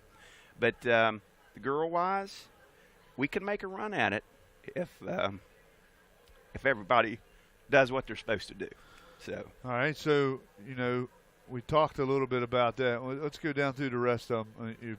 Your third place finisher, on and off, pretty much the whole season's been freshman. Addie Moats. She's been a real surprise, a welcome surprise. Hannah Hardy and her have been battling back and forth. That makes a good 3 and 4 for us. And Brianna Gooden is our 5th runner, and we have really been working hard. And she's ran, 3 races now in the 26s, which Good. is really good for her. So Improving every year. Exactly. That's what it's about. Exactly. All right, now putting you on the spot a little bit. I understand that, but boys, you know, you mentioned it earlier, young team, but this freshman, Cameron Judy, talk a little bit about him. Hey, Cam's a gamer. Yep. He surprised us all. He from the very first race, he went out to win, and that's his mentality. You can't coach that. You can't teach that. That's so good stuff. It's and we got Alex Boyles would be our second runner. He's also a freshman, and the boy if he could run as fast as his mouth, we'd be great. But now he's nipping at Cameron's heels, and then we got a couple other freshmen, Link Cecily and Nate Riccatelli. They make a good combination, and then our lone sophomore is Alan Boyles, which is Alex's older brother. So we got 4 freshmen and a sophomore, and they are in just as good a shape as the girls as far as qualifying. So if we could get the boys and girls both qualified, that would be something we, hardly ever do. Yeah, sounds great. And then lastly, I want to touch on this because I just found out this the other day. Also, if you can't make it tomorrow, they are having the regional at Camp Kidd this year. So we are going to have a treat this year. We're going to have 2 actual home events, which hasn't happened very often. What's the date on that? You remember? It's the 20th. It's Thursday the 20th. October 20th. They'll be back at Camp Kidd to run correct. the regional, and the finishers in that race are what determines who goes to the state meet. Yes. The following week. So if you can't get out tomorrow morning to support, be looking for that time. What time is that going to be? Do you determine that yet?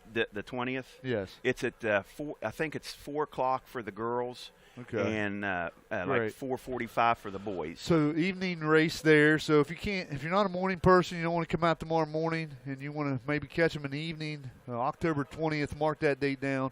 The cross-country team will be back in action then here in the county running the regional, and that's good stuff. But tomorrow's when you need to be here. Tomorrow, how many teams you got coming? We got it's close to conference. We had to move our meet to Saturday. We got 4 full teams, boys, 4 full-team girls. It'll be about 25 girls, 25 boys, 30. It'll be a nice race. We have a chance, boys and girls, of winning it and winning the overall individual too. So, but going back to the regionals, it'll be the top 10 individuals. This is how cross-country works. Top 10 individuals. And then it'll be the top 2 team scores. And cross-country is a lot more team-oriented than what track is.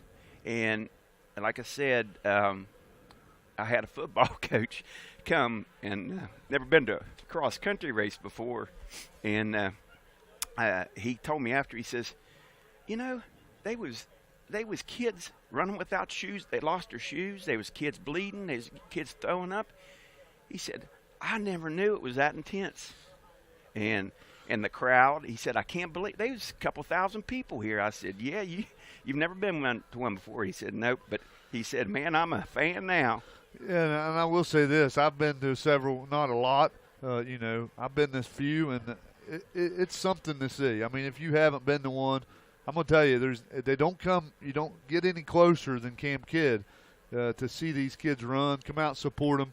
I want to thank Jack for joining us, and good luck to them guys the rest of the year. And we'll take all the luck we can get and all the support we can get. Appreciate it, Dave. All right, that was Jack Molnix, assistant coach for the cross-country team. We're going to come back, and I want to say this before he leaves. Tomorrow morning, 9 a.m., be down there. It's Camp Kidd. I'm going to be down there unless I sleep in or something. I'm planning on being down there, take some pictures, and support these girls and boys cross-country teams, and I hope you will join me in that aspect. We'll be back with the stats and more after this here on TuckCountySports.com.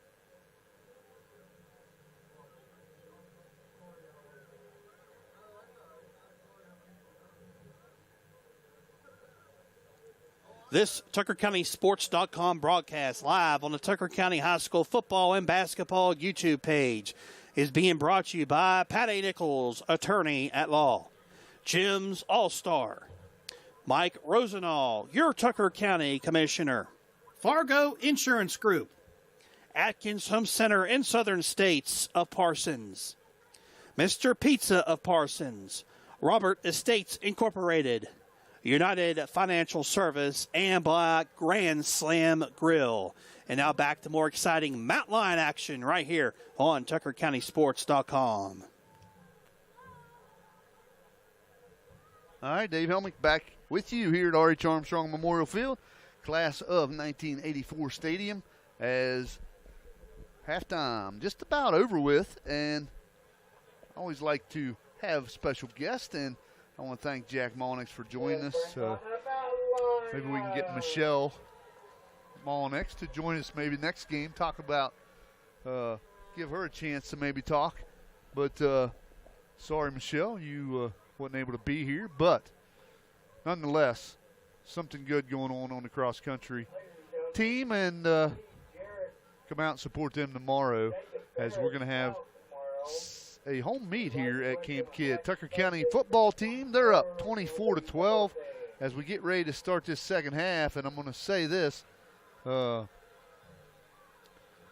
East Hardy, I got a score update here. East Hardy 21-6 over Bath County, Virginia at the half. So not sure who sent me that, but nonetheless, if who did, if they're listening, shoot me your name, because I don't have you in my contacts. As Bridgeport now up 48-7 at the half over Preston. And Tucker County leading Moorefield here 24-12 at the half. We're going to take a quick look at the scoreboard here before we go over the first half stats and highlights. Wheeling Central leading Martins Ferry, Ohio 27-16 at halftime. Williamstown now leading Weir 28-13 at the half. And James Monroe leading Greenbrier West 7-0. That's a Class A game of the week. Two undefeated teams, folks. Number 6 and number 11. And James Monroe leading 7-0 at the half.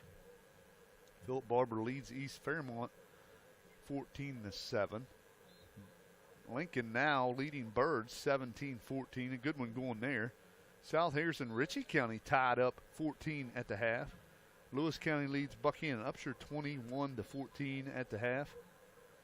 Hampshire leading Grafton 14-0 at the half. And that's about it. We will look now at the first half highlights and stats. First, the scoring for both teams.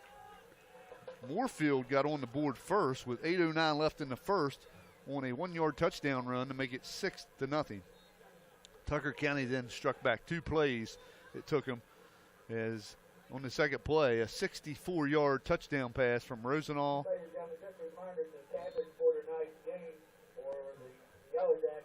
From Rosenall to,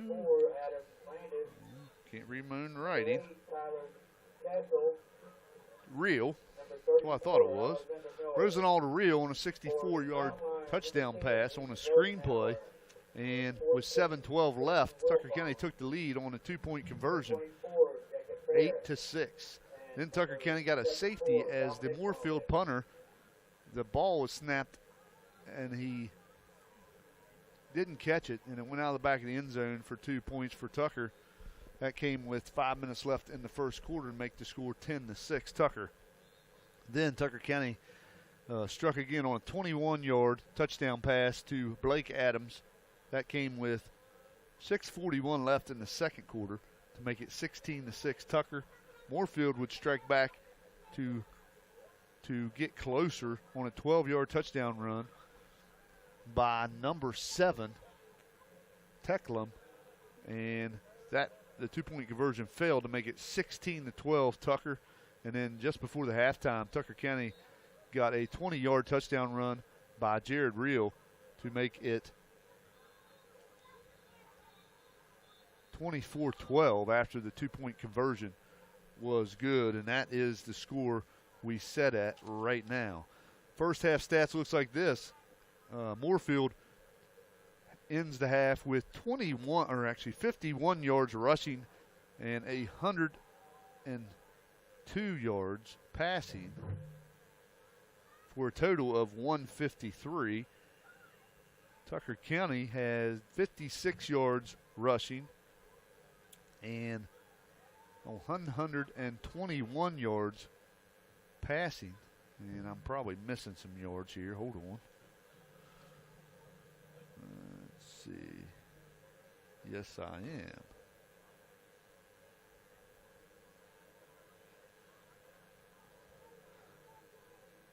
$151 yards passing for Rosenau for a total of 177. So pretty close on the stats.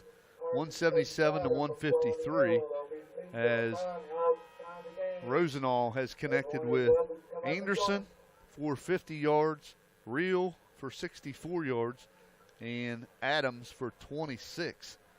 So that is the details as Tucker County is going to receive this opening kick as they deferred their option to the second half. And we're about ready to have second half football.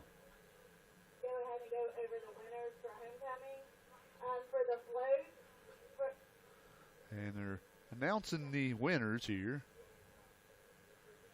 as we're getting ready to kick it off. We'll try to listen, but probably not going to get them as they're going to wait, I guess.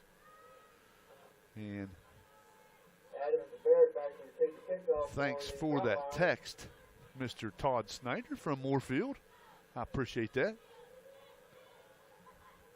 As kick away from Moorefield, and it received by Blake Adams, and he's up over the 30 to the 35, and he'll be tackled at about the 36-yard line, and that's where Tucker County will start this third quarter. Okay, I'd like to announce the winners for homecoming for the float. First place seniors. First place seniors, juniors, sophomore, freshmen. That's on the floats. And we'll get the rest here shortly as Tucker County takes over at their own 36-yard line. And they'll hand it off to Reel. Looks like Reel has yardage up to the 40. So 4-yard gain there by Reel. The lineman on the stop for the Yellow Jackets brings up a second down and 6 for the Mount Lions.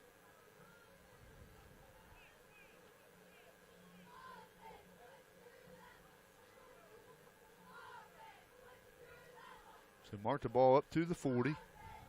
Second down and 6 for Tucker. Two receivers to each side. Rosenau in the shotgun. And he'll look to pass. He's got a man across the middle, and it's hauled in and caught. What a catch by Trenton Wilfong. It was through behind him. He turned his body clear back around, made a beautiful catch down to the 40-yard line. Wow, what a catch. 20 yards on that pitch and catch from Wilfong, or from Rosenau to Wilfong. First 10 from Mount Lions on the Yellow Jackets 40-yard line. On the move is Tucker again into Moorefield territory. Rosenau handed off the Reel. Reel dancing in the hole, makes a man miss, gets positive yardage forward. We're going to mark him back, though, at the 40. What's that? The 37-yard line, looks like. So 3 yards for Reel.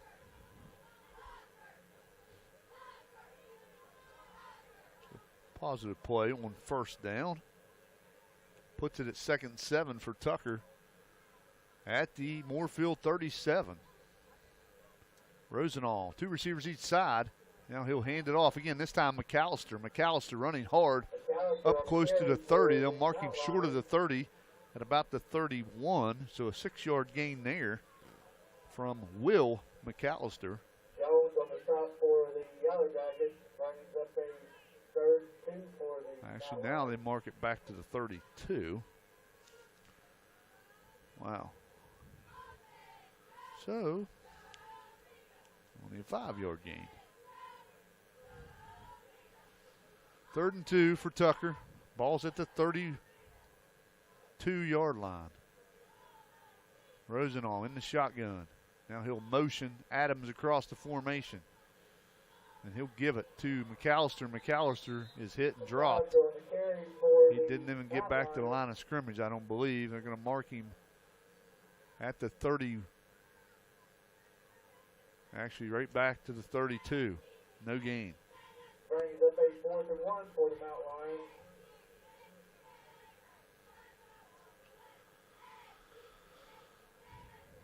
So, looks like 4th and 2. It's back where it started, 32-yard line.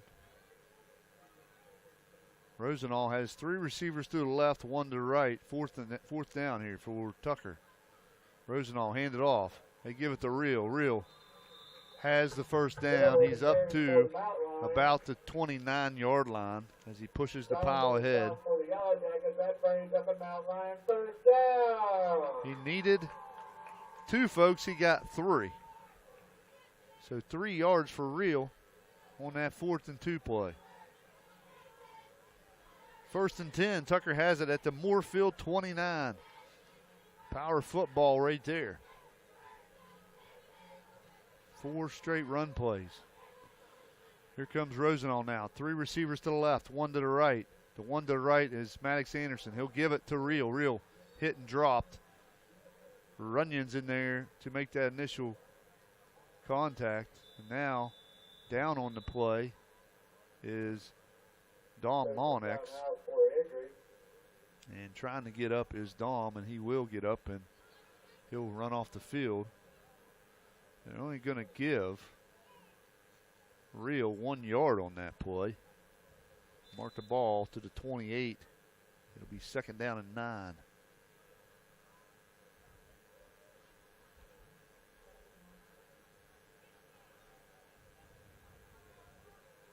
Three receivers again to the left for Rosenall. They haven't passed in a while. Now they'll throw it across the middle, and it's caught by Blake Adams. Nice job by Blake Adams to slide and catch that ball. And it's a pass complete from the 28 up to about the 16-yard line. So it's going to bring up a 1st down for Tucker County. All the way up to the 16, so a 12-yard gain there for Tucker County.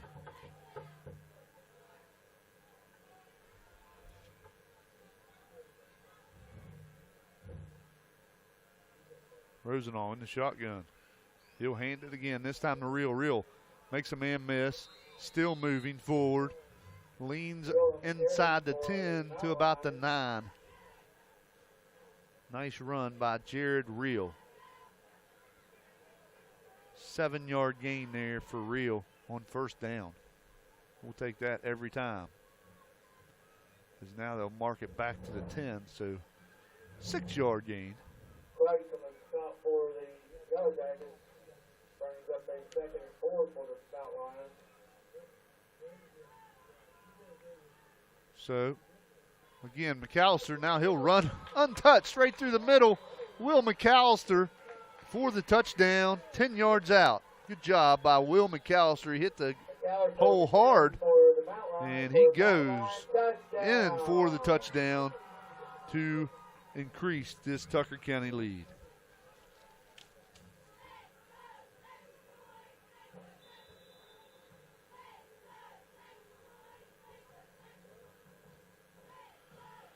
Two-point conversion coming here as Tucker County gets on the board here with 6:23 left in the 3rd. Rosenall in the shotgun. He looks to pass out in the flat, and he throws it short to Anderson, and Two-point conversion will fail. All right, we'll come back with more of the third quarter after these messages here on Tucker County Football Field YouTube page.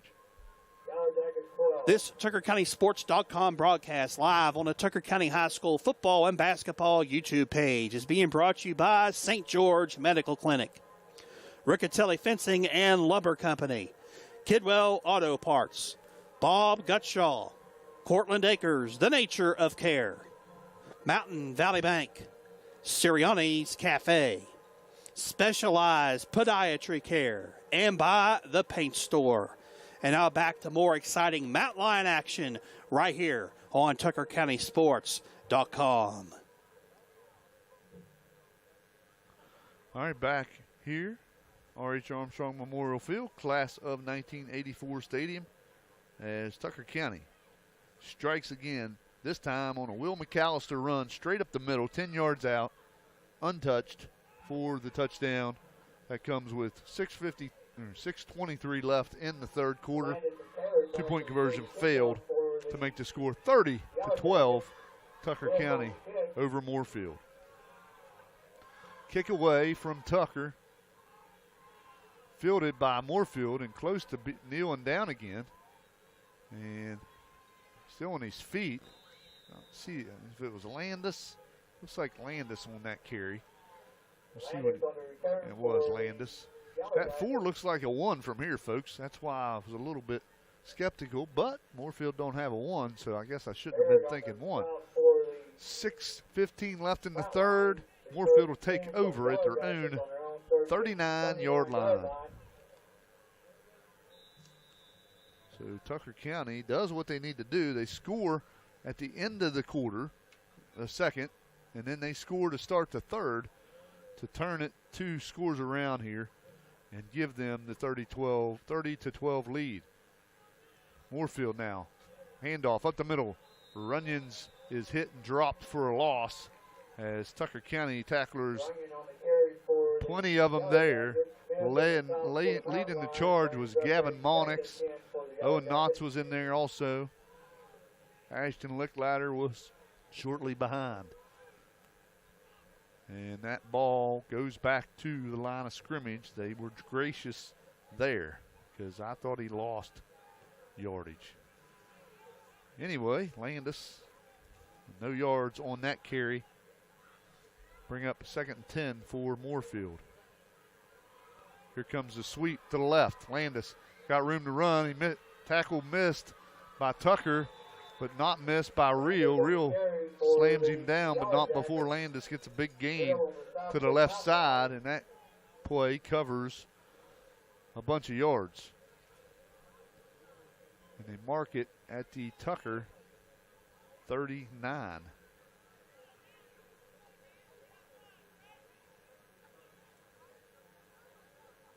$22 yards for Landis. Moorefield breaks the huddle. Arnold under center. They got a receiver wide to the right side. Arnold will motion. And they give it to the motion man, a jet sweep. And that was Tecklum, and he gets a nice gain all the way down to the Mountain Lions 25-yard line before he's tackled by Don Molnix, who's back in there, which is good to see. So mark it down to the 25-yard line, and another big gain for Moorefield. 14 yards by Tecklum.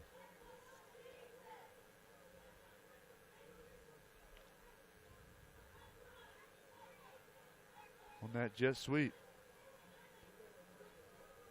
4 minutes and ticking on a third quarter clock. Moorefield driving. He'll hand it to Landis. Landis hit and dropped by Blake Adams. I believe that was Blake Adams on that tackle. But a positive gain again for Landis. Put it down to the 20. 5-yard gain there by Landis.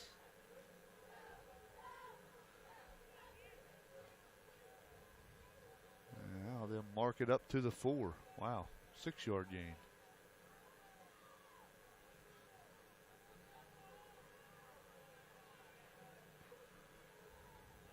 Up to the 19, I should say.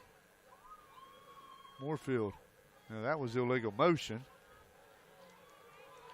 As Runyon's with a short gain, but tackle him come in motion, and he can't go towards the line of scrimmage before the ball snapped, and he did. And that's something that you normally see called, but they did not call it. You have to maintain your parallel line to the line of scrimmage before the ball snapped. He turned and went forward, faking the pass before the ball was snapped, and not sure that's legal, but nonetheless they don't call it, so I guess it was legal. Minimal gain there. Actually, no gain. They mark it back to the 19. Still 3rd and 3. Up the middle, Runyon's running hard, and he's in for the touchdown. Runyon for the touchdown, and they'll be from 19 yards out for the touchdown for Moorefield.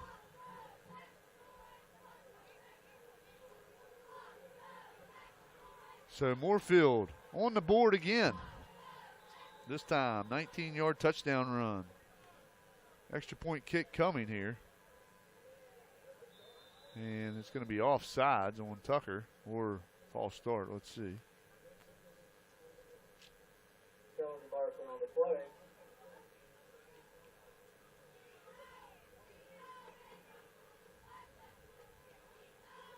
Offsides, Tucker County. Be half the distance of the goal, and they'll retry. Will they kick it, or will they go for 2? I mean, actually, they're going to decline the penalty. So you don't want to be closer. And the extra point kick is no good. So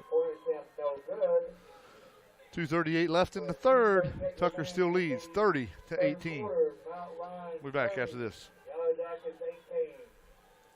This TuckerCountySports.com broadcast live on the Tucker County High School football and basketball YouTube page is being brought to you by Pat A. Nichols, attorney at law, Jim's All-Star, Mike Rosenall, your Tucker County Commissioner, Fargo Insurance Group, Atkins Home Center in Southern States of Parsons, Mr. Pizza of Parsons, Robert Estates Incorporated, United Financial Service, and Black Grand Slam Grill.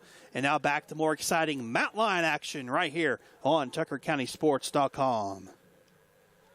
All right, we're back here. R.H. Armstrong Memorial Field, class of 1984 stadium, as Moorefield gets on the board on a 19-yard touchdown run from number 22, Axton Runyons, to make it a 30-18 game. Tucker County still ahead. The extra point kick was no good. And that is 2:38 left in the third, as Moorefield hanging around here with Tucker County. Tucker County run defense not very good tonight, as Moorefield has gashed him pretty good at times. Blake Adams with it, up the middle, makes a man miss, still on his feet. Keep that ball in your hand, son. And he does. Up over the 40. And a little bit of extracurricular maybe.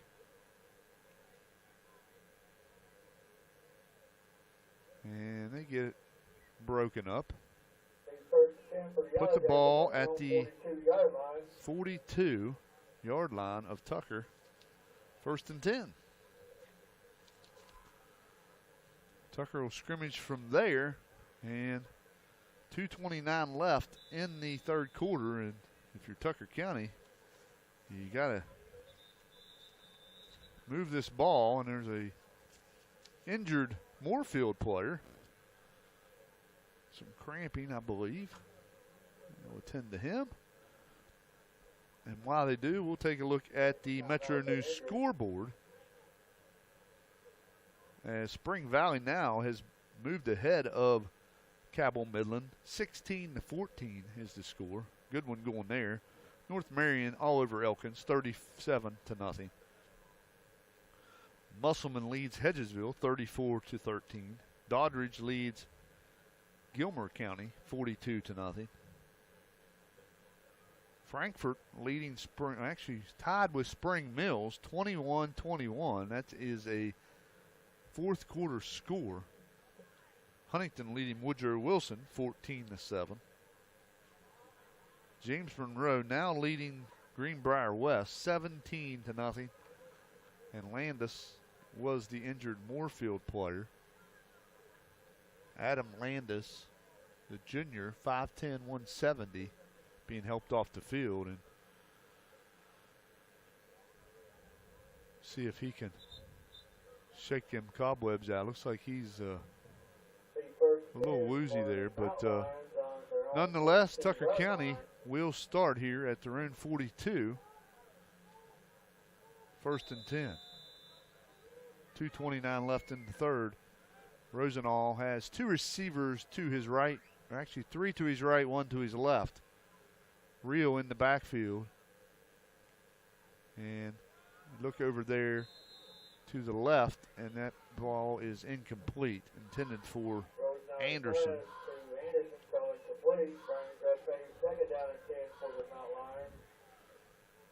And Rosenall has done that a couple times a night. Threw that ball really short over there on that left side. But nonetheless, we go 2nd and 10. Rosenall, he'll hand it to Real to the left side, makes a man miss across midfield, and he's got room to run, but this will come back. We got a hold here as Mr. Dalton threw a flag.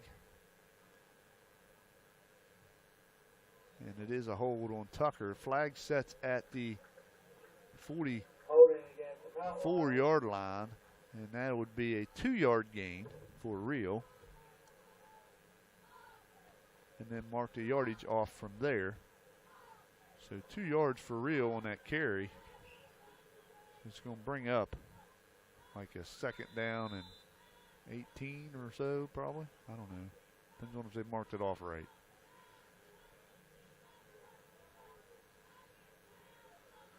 So 2nd down for Tucker County. 2nd and long. Rosenall gives it to Real. Real again up the middle. He'll have positive yardage. Real on the carry for the Mount Lions. They'll mark him up to the 37-yard line. So 3-yard gain there by Real.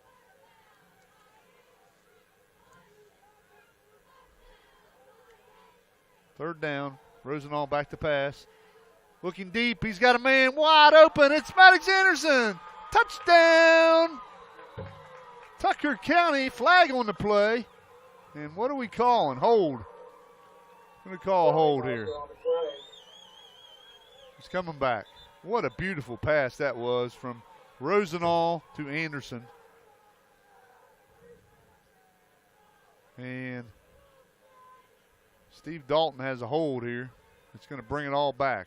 That would have covered, folks, a lot of yards. We ain't even going to talk about it.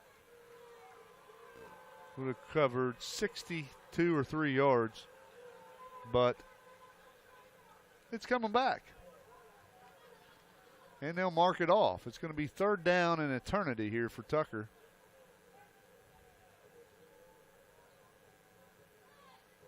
As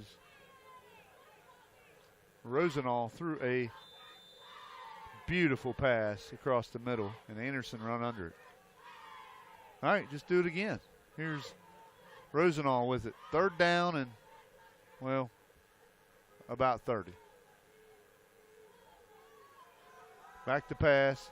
Rosenall got Wilfong, and he makes a man miss, and he's up to close to midfield. A nice play there by Tucker County. And that ball goes from the 21 all the way up to the 48. Actually, they're going to mark it back to the 47 nonetheless. But Tucker's got a decision here to make. It's 4th and manageable. It's 4th and 5. So that's a 26-yard pass play. Wow. 26 yards to get them within striking distance, but they're going to punt it here. And it may not get it off because they're missing somebody, and they call a timeout. Timeout, Tucker, to avoid the delay of game, and we'll take it with them. We'll be back after these messages here on TuckerCountySports.com.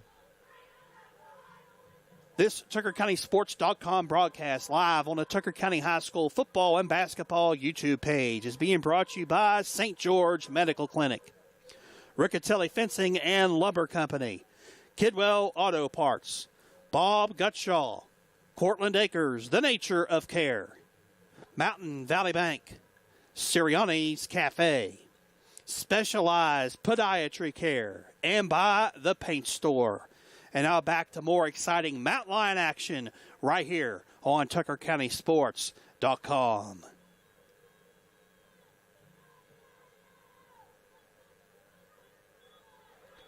All right, we're back here at R.H. Armstrong Memorial Field, class of 1984 stadium, and Tucker County was pinned at 3rd and 30 or so, and they converted.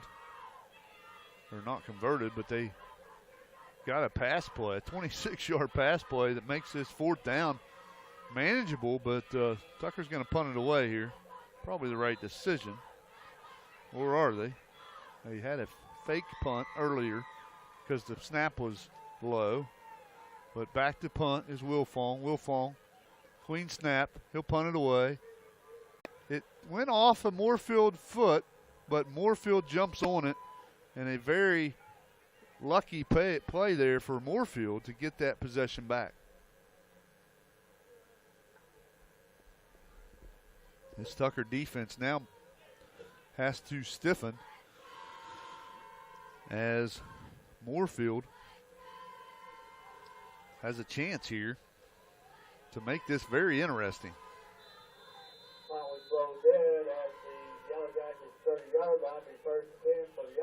So Moorefield takes over at their own 30. 1st and 10.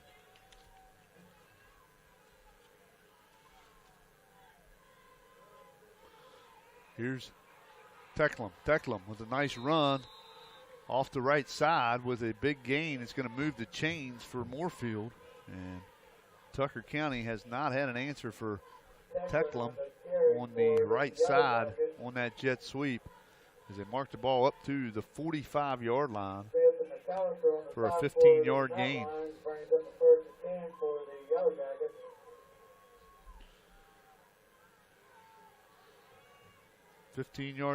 Tucker. Now we're going to have a flag here, probably a delay of game or a false start.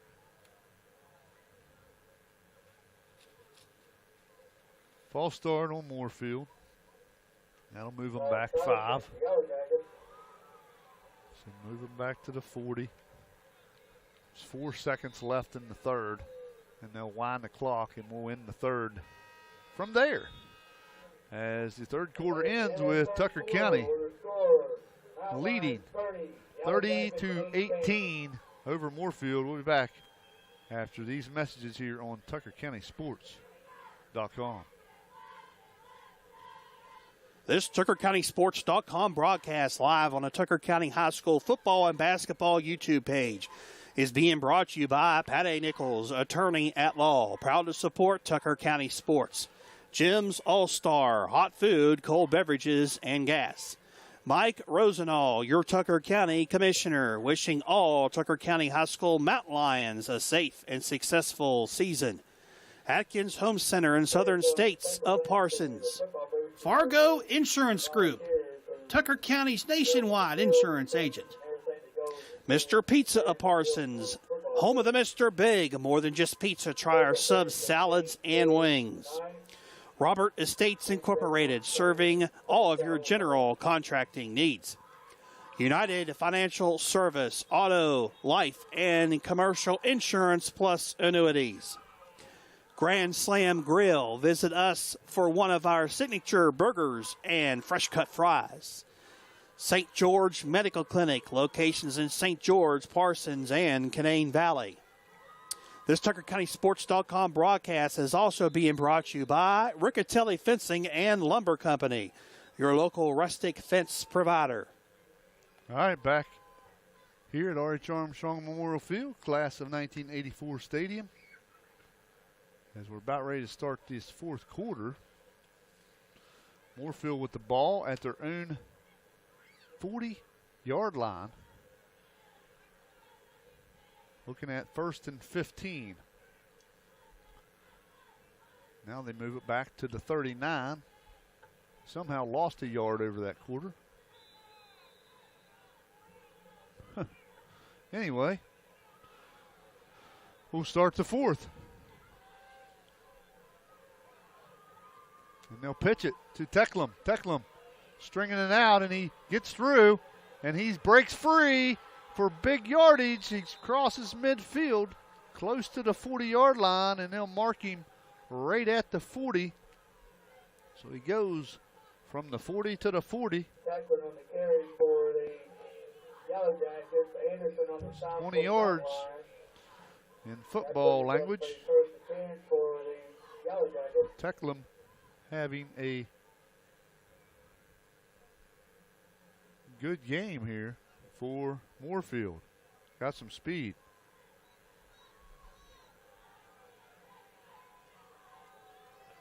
He has runs, folks, of 12, 14, 15, and 20. Now he'll hand it off to Runyons, and Runyon is hit and dropped for a loss. Marking back to the 41, so he'll lose a yard. Will Runyon. It is Runyons. I keep saying Runyons, but I'm sorry. I was right.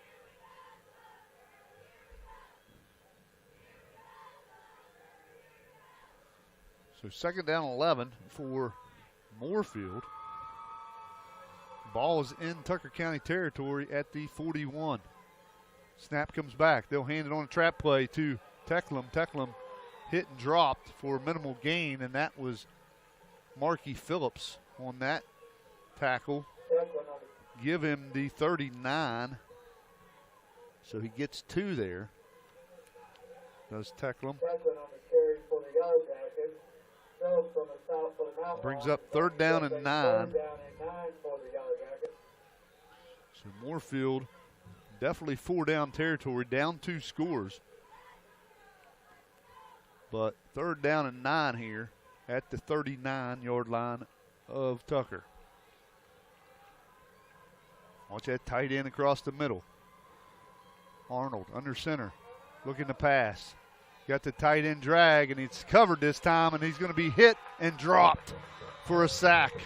And they get him back at the 41. Marky Phillips with the sack, and he'll lose 2 yards back to the 41. 4th and 11. And looks like Moorefield's going to punt it. Man, I would think you'd probably go for it. Down 2 scores, 9 minutes left. Do you have enough time to punt it away? Watch the fake here. Punt away, and it's caught by Tucker, Blake Adams. And he makes a man miss to the right side. He's got room to run. Over the 30, the 40, still on his feet to midfield. He cuts it up, and he's tackled from behind at the 40-yard line. He had one man to beat, and he had a wall, but he couldn't make it happen. Good job by Blake Adams. No flags on the play either, and Tucker County takes over in Moorefield territory, and that's a big punt return there by Tucker. So put it at Moorefield's 41, 1st and 10. 8:52 left, and I don't want to be a Monday morning quarterback here, but I know it's 3rd and 9 there, but man, you're down 2 scores. You got to probably go for it there and try to get back in this game, but he doesn't. And now Tucker County has the ball. Looking to milk clock, up 2 scores. They'll give it to Real. Makes a man miss up to the middle. Still on his feet to the 30. Makes another man miss to the 25, to the 20. It's a foot race. 10. He run out of bounds to the 9-yard line, and they're going to mark him right at the 10. I thought he got a little bit inside the 10, but a great run by Real, and they put it down right at the 10-yard line. And what a beautiful run by Jared Real.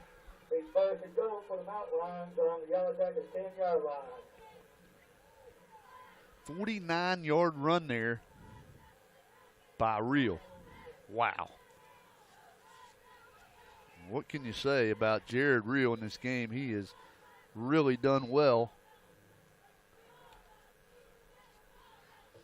And that is an example right there. 10-yard line, 1st and goal.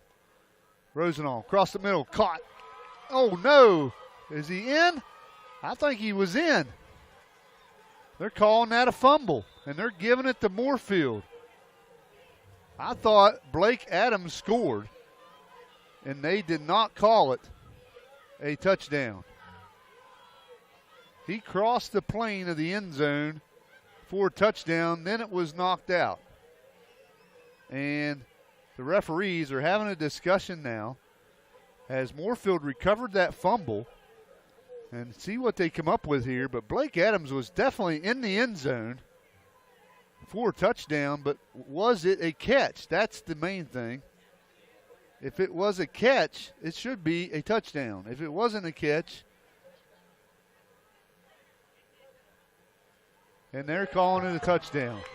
And that's the right call because he was in the end zone. He crossed the plane, and that's the correct call. I know Coach is not happy. Moorefield coach is not happy, but when you see that replay, I'm sure you're going to say that's the right call. And I'm a Tucker fan for sure, but at the same time, the touchdown was not signaled. That was the confusing part about it, but Tucker County nonetheless scores. 10-yard touchdown pass from Rosenall to Adams. And the 2-point conversion coming here for Tucker. 3 receivers to the right, 1 to the left. And now Rosenall looking to pass. He's got Lickladder in the end zone for the 2-point conversion. Okay, Tucker County on the board again for a touchdown. We'll be back after these messages. With 8:38 remaining in the fourth quarter, Mount Lions 38, Yellow Jackets 18.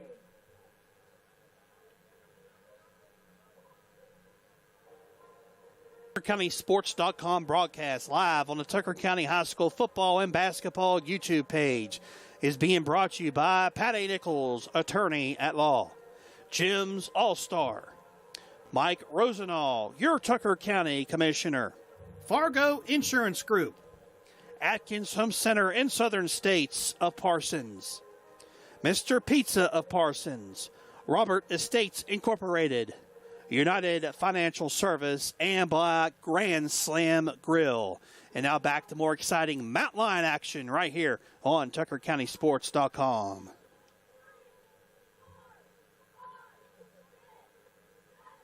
All right, we're back here, R.H. Armstrong Memorial Field, class of 1984 stadium, and Tucker County on the board again, this time on a 10-yard touchdown pass from Rosenall to Adams. And that comes with 8:38 left in the fourth. 2-point conversion was good on a Lickladder catch to make the score 38-10 Tucker, as Moorefield head coach Matt Ottobello is still talking to the officials down here about that call. And can't say I blame him. But nonetheless, we play on. Kick short, fielded by the up man, and that is number 35 for Moorefield, Riley Pilas. And Moorefield will take over 1st and 10 at their own. For the Yellow Jackets on their own 44-yard line. Yep, their own 44. 43-yard line, 1st and 10, Moorefield. A pitch out to Runyons.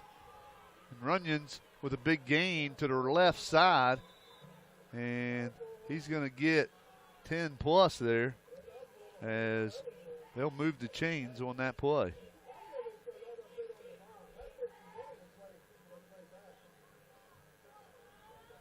Runyon on the carry for the Yellow Jackets. Barrett on the stop for the Mount Lions brings up a 1st and 10 for the Yellow Jackets on Mount Lions 48-yard line. And mark it up to the 47.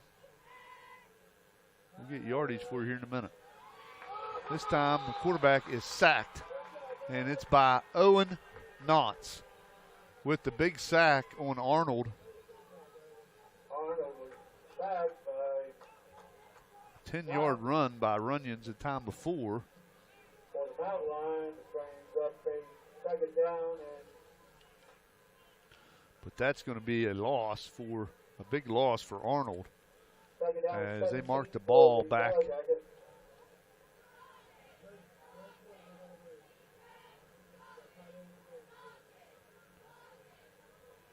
6-yard loss for Arnold. Strung out was Tecklum, and a flag on the play. Owen Knotts with a big tackle behind the line of scrimmage there. And if that's a hold, that's going to be even bigger. I believe it will be. Knotts on the stop, penalty marker on the play.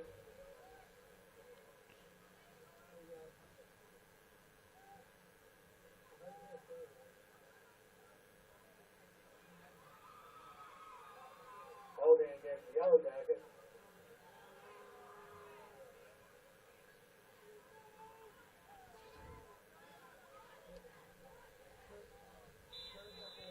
And was a holding on Moorefield. That'll move it back even further.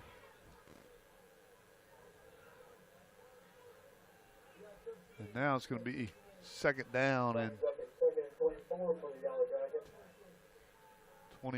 28 yards at least.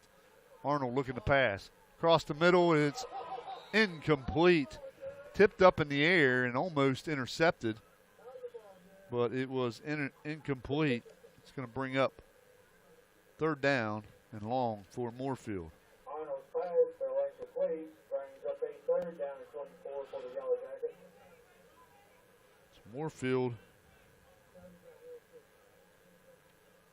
looking at 3rd down and a long 20 plus here.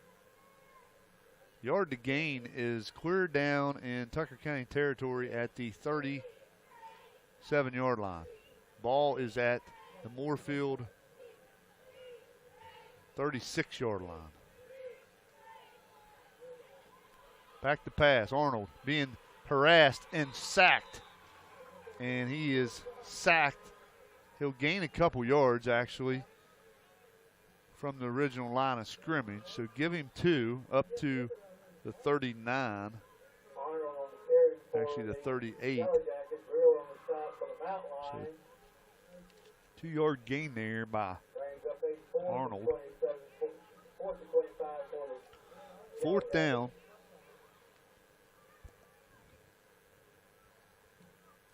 Punt away. And get away from the ball.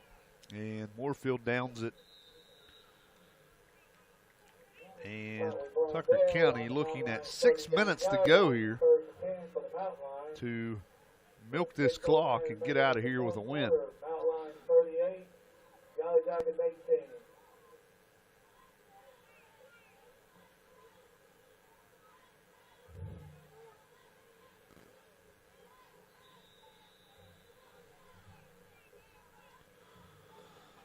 Well, Tucker County will take over. 1st and 10 at their own 39-yard line.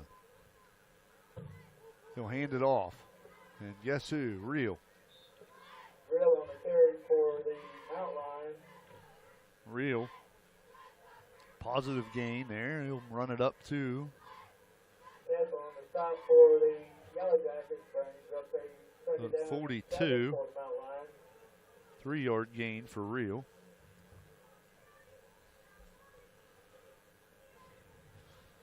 As Real has won over 100 yards unofficially rushing tonight. Hopefully we'll get a final rundown in stats here after the game. As long as the YouTube doesn't shut off on us like it did last week, or last home game. Real, a little hesitation move, got him a few more yards. And he'll move the ball forward for Tucker County. Ball was up to the 42, and they move it up to the 47.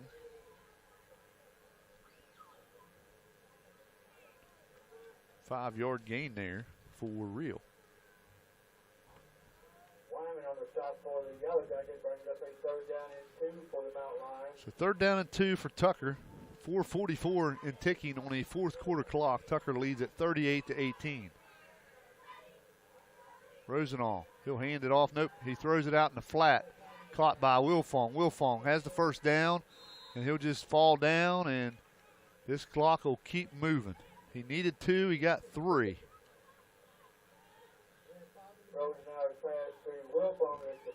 So 3-yard gain there from Rosenall to Wilfong. That'll make that clock keep ticking and put Tucker County in the driver's seat here. Able to milk some more clock here, and you got to think they're going to get a big dose of Jared Real for the next couple plays.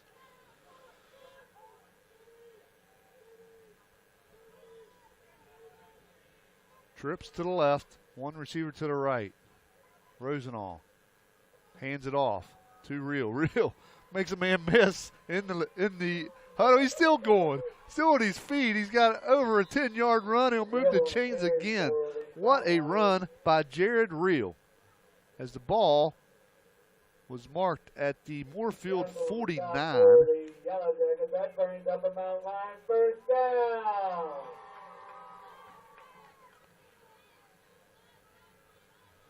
And he got all the way up to the 38. So he got 11 yards on that 1st down play. Good job by Jared Real. He is really churning out some yards here in this 4th quarter.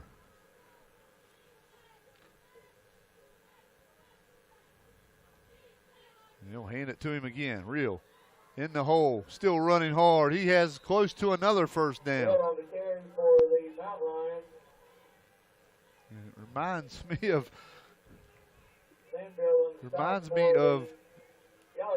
NFL player when they need them 1st downs and they just say, give me the ball. Let me win this game, and that's what's happening here. 29, down to the 29 for a 9-yard gain. Actually, I have it as a, 9-yard gain. So it's a yard short of the 1st down, but 9 yards on 1st down. We'll take that every time. Folks, that's his 17th carry of the night, too. He'll give it to him again. Real makes a man miss in the hole and still going. He'll move the chains again. Bring it all the way down to the 22-yard line of Moorefield.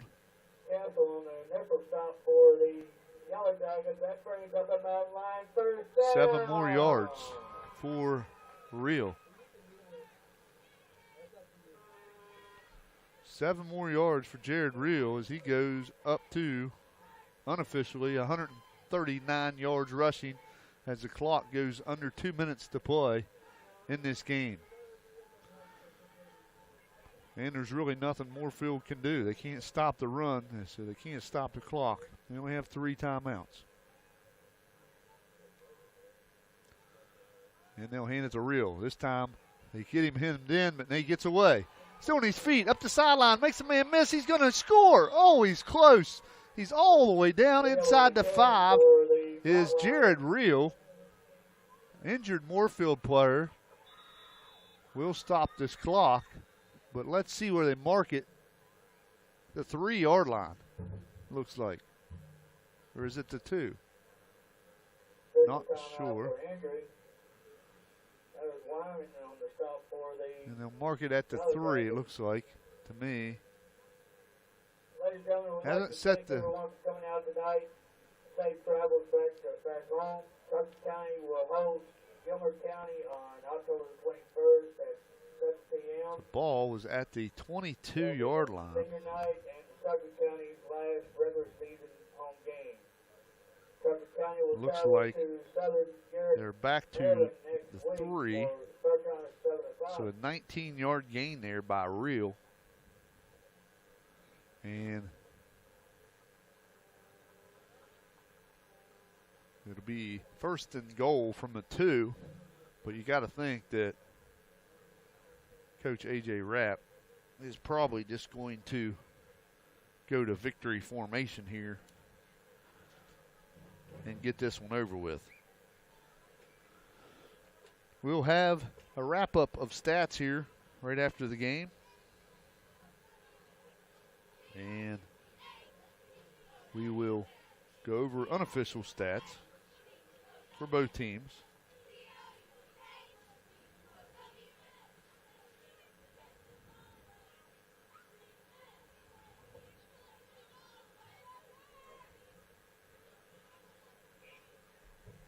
As we come out of the injury timeout. 1st and goal for Tucker. Ball is at the... Well, it is the 2. So it was a 20-yard run. Ball's at the 2. Tucker County scores. Real on the carry for the Mountain Line touchdown. And they let Real finish it off here. And it looks like they may try to an extra point kick here. So Real gets 2 more to add to his total. And looks like Lickladder is going to try an extra point kick.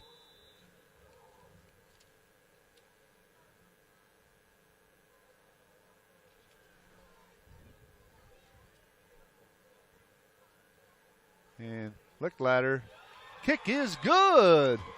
Ashton Lickladder with the extra point kick.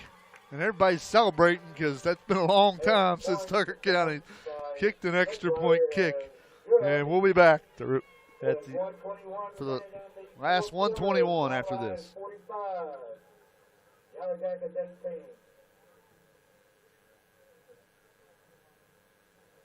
This TuckerCountySports.com broadcast live on the Tucker County High School football and basketball YouTube page is being brought to you by St. George Medical Clinic, Riccatelli Fencing and Lumber Company, Kidwell Auto Parts, Bob Gutshaw, Cortland Acres, The Nature of Care, Mountain Valley Bank, Sirianni's Cafe, Specialized Podiatry Care, and by The Paint Store.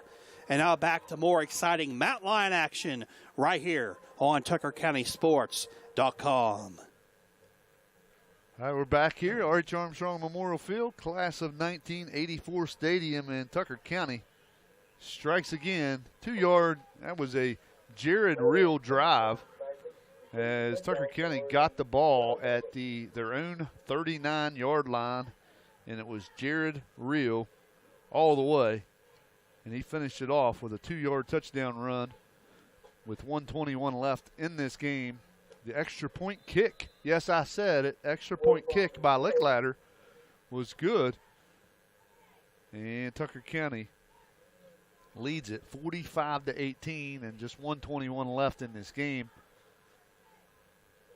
And kick away from Wilfong. Moorefield fields the kick, and they get the return. And awkwardly falling was the runner, Tecklum, but he is up and moving. So Moorefield will take over. 1st and 10.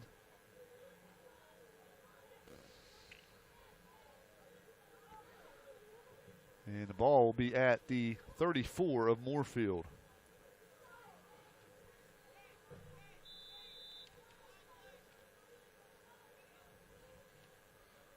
$1:15 left. Tucker ahead, 45-18. About to go to 6-0 is Tucker County. Run up the middle, this time by number 44, and that is Oliver Kreitz, freshman. Has a nice gain up to the 42-yard line. 8 yards. 8 yards for Moorefield there.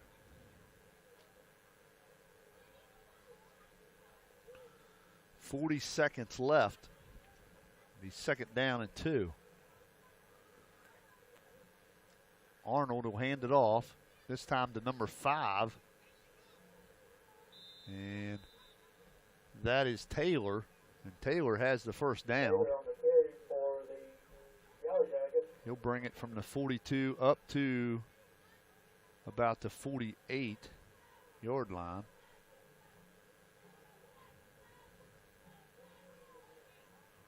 Six yards there. We'll bring up a 1st down, but the clock's going to expire, I believe. I don't know if Moorefield will get another play off. We're under 5. And it does. It expires. Tucker County wins it by the score of 45-18. We'll be back to wrap this thing up here in just a few minutes here on Tucker County Sports YouTube page.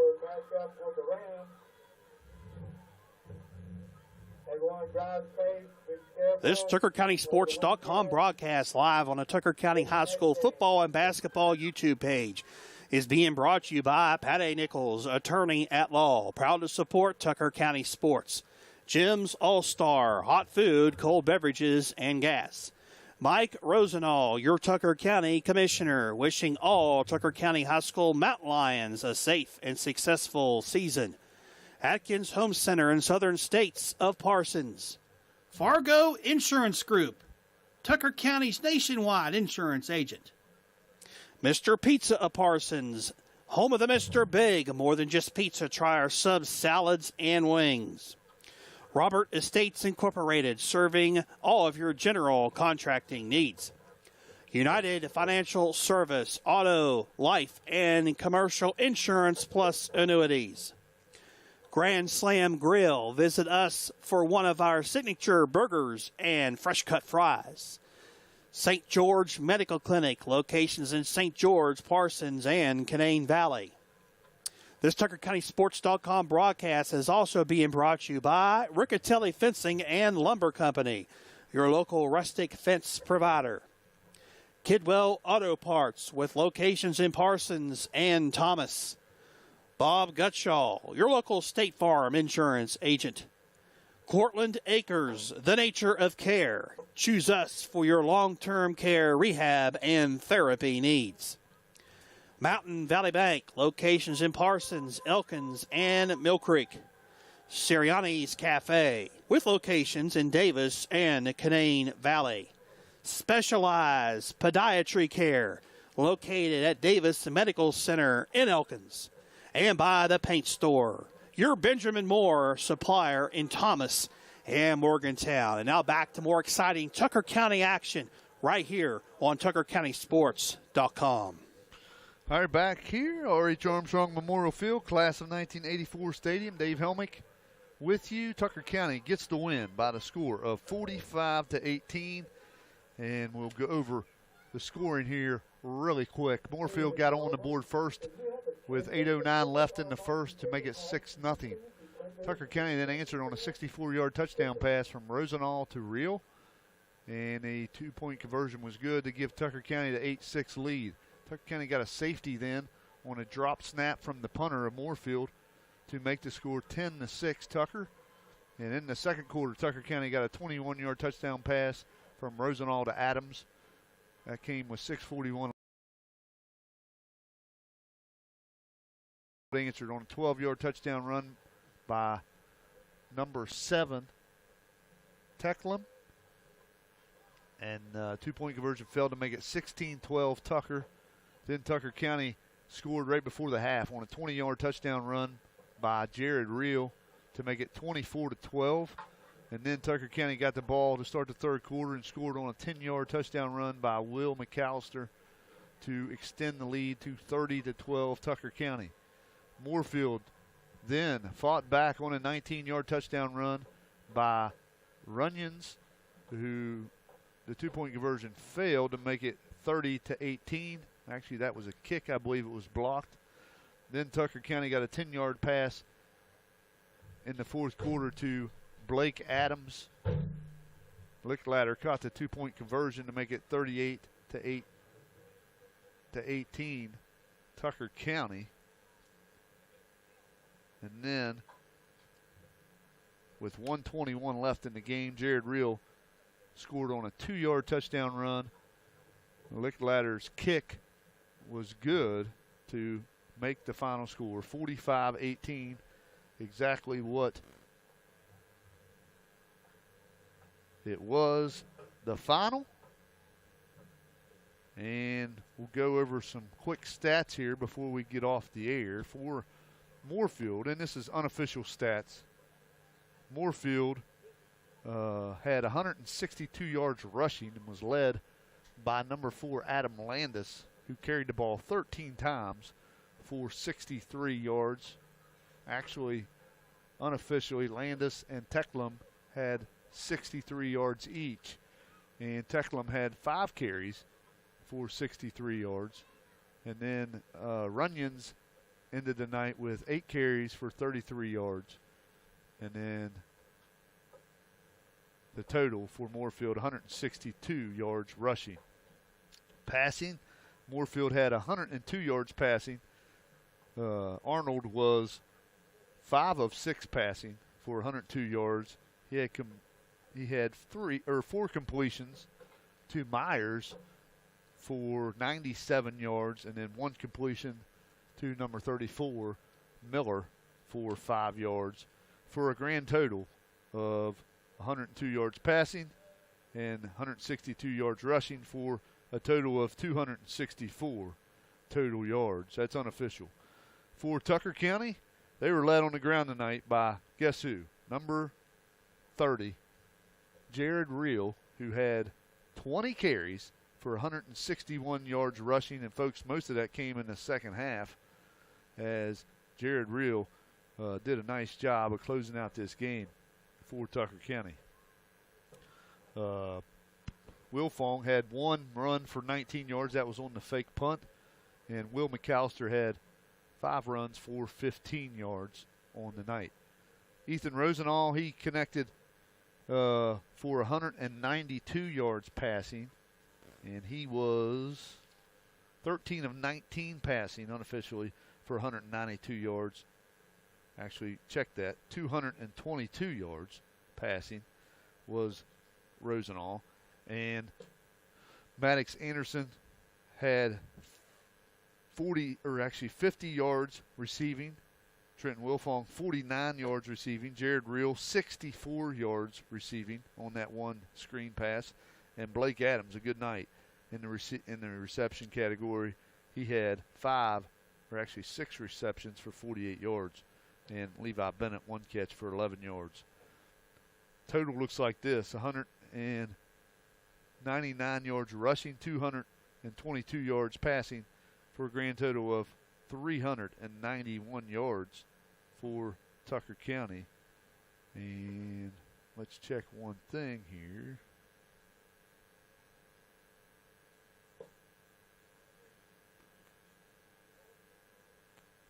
actually,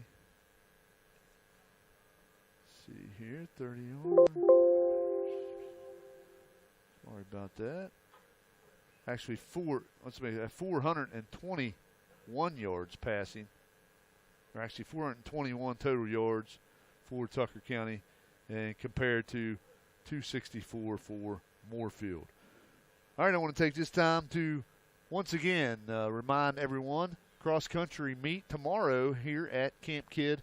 Tomorrow morning, 9 a.m. The girls run about 9:30, 9:45. The boys will run after that. If you can make it down to Camp Kidd tomorrow morning, check that out. Tucker County will be back in action next week as they'll travel to Southern Garrett, Maryland on October the 14th. That will be a 7 p.m. start in Oakland there at Southern High School. They'll be back home for the last home game of the season in 2 weeks on October the 21st. We'll have that game for you. That'll be against Gilmer County, and that will be a 7 p.m. kick. We'll be on the air at around 6:45 for that broadcast. And Tucker County gets the win tonight by the final of 45-18, and they move to 6-0 on the season. And until we see you next in 2 weeks, I want to say thanks everybody. Thanks St. George Medical Clinic for the sponsorship for the camera. Thanks all the TuckerCountySports.com sponsors for the audio. And this has been Dave Helmick. Good night, everybody.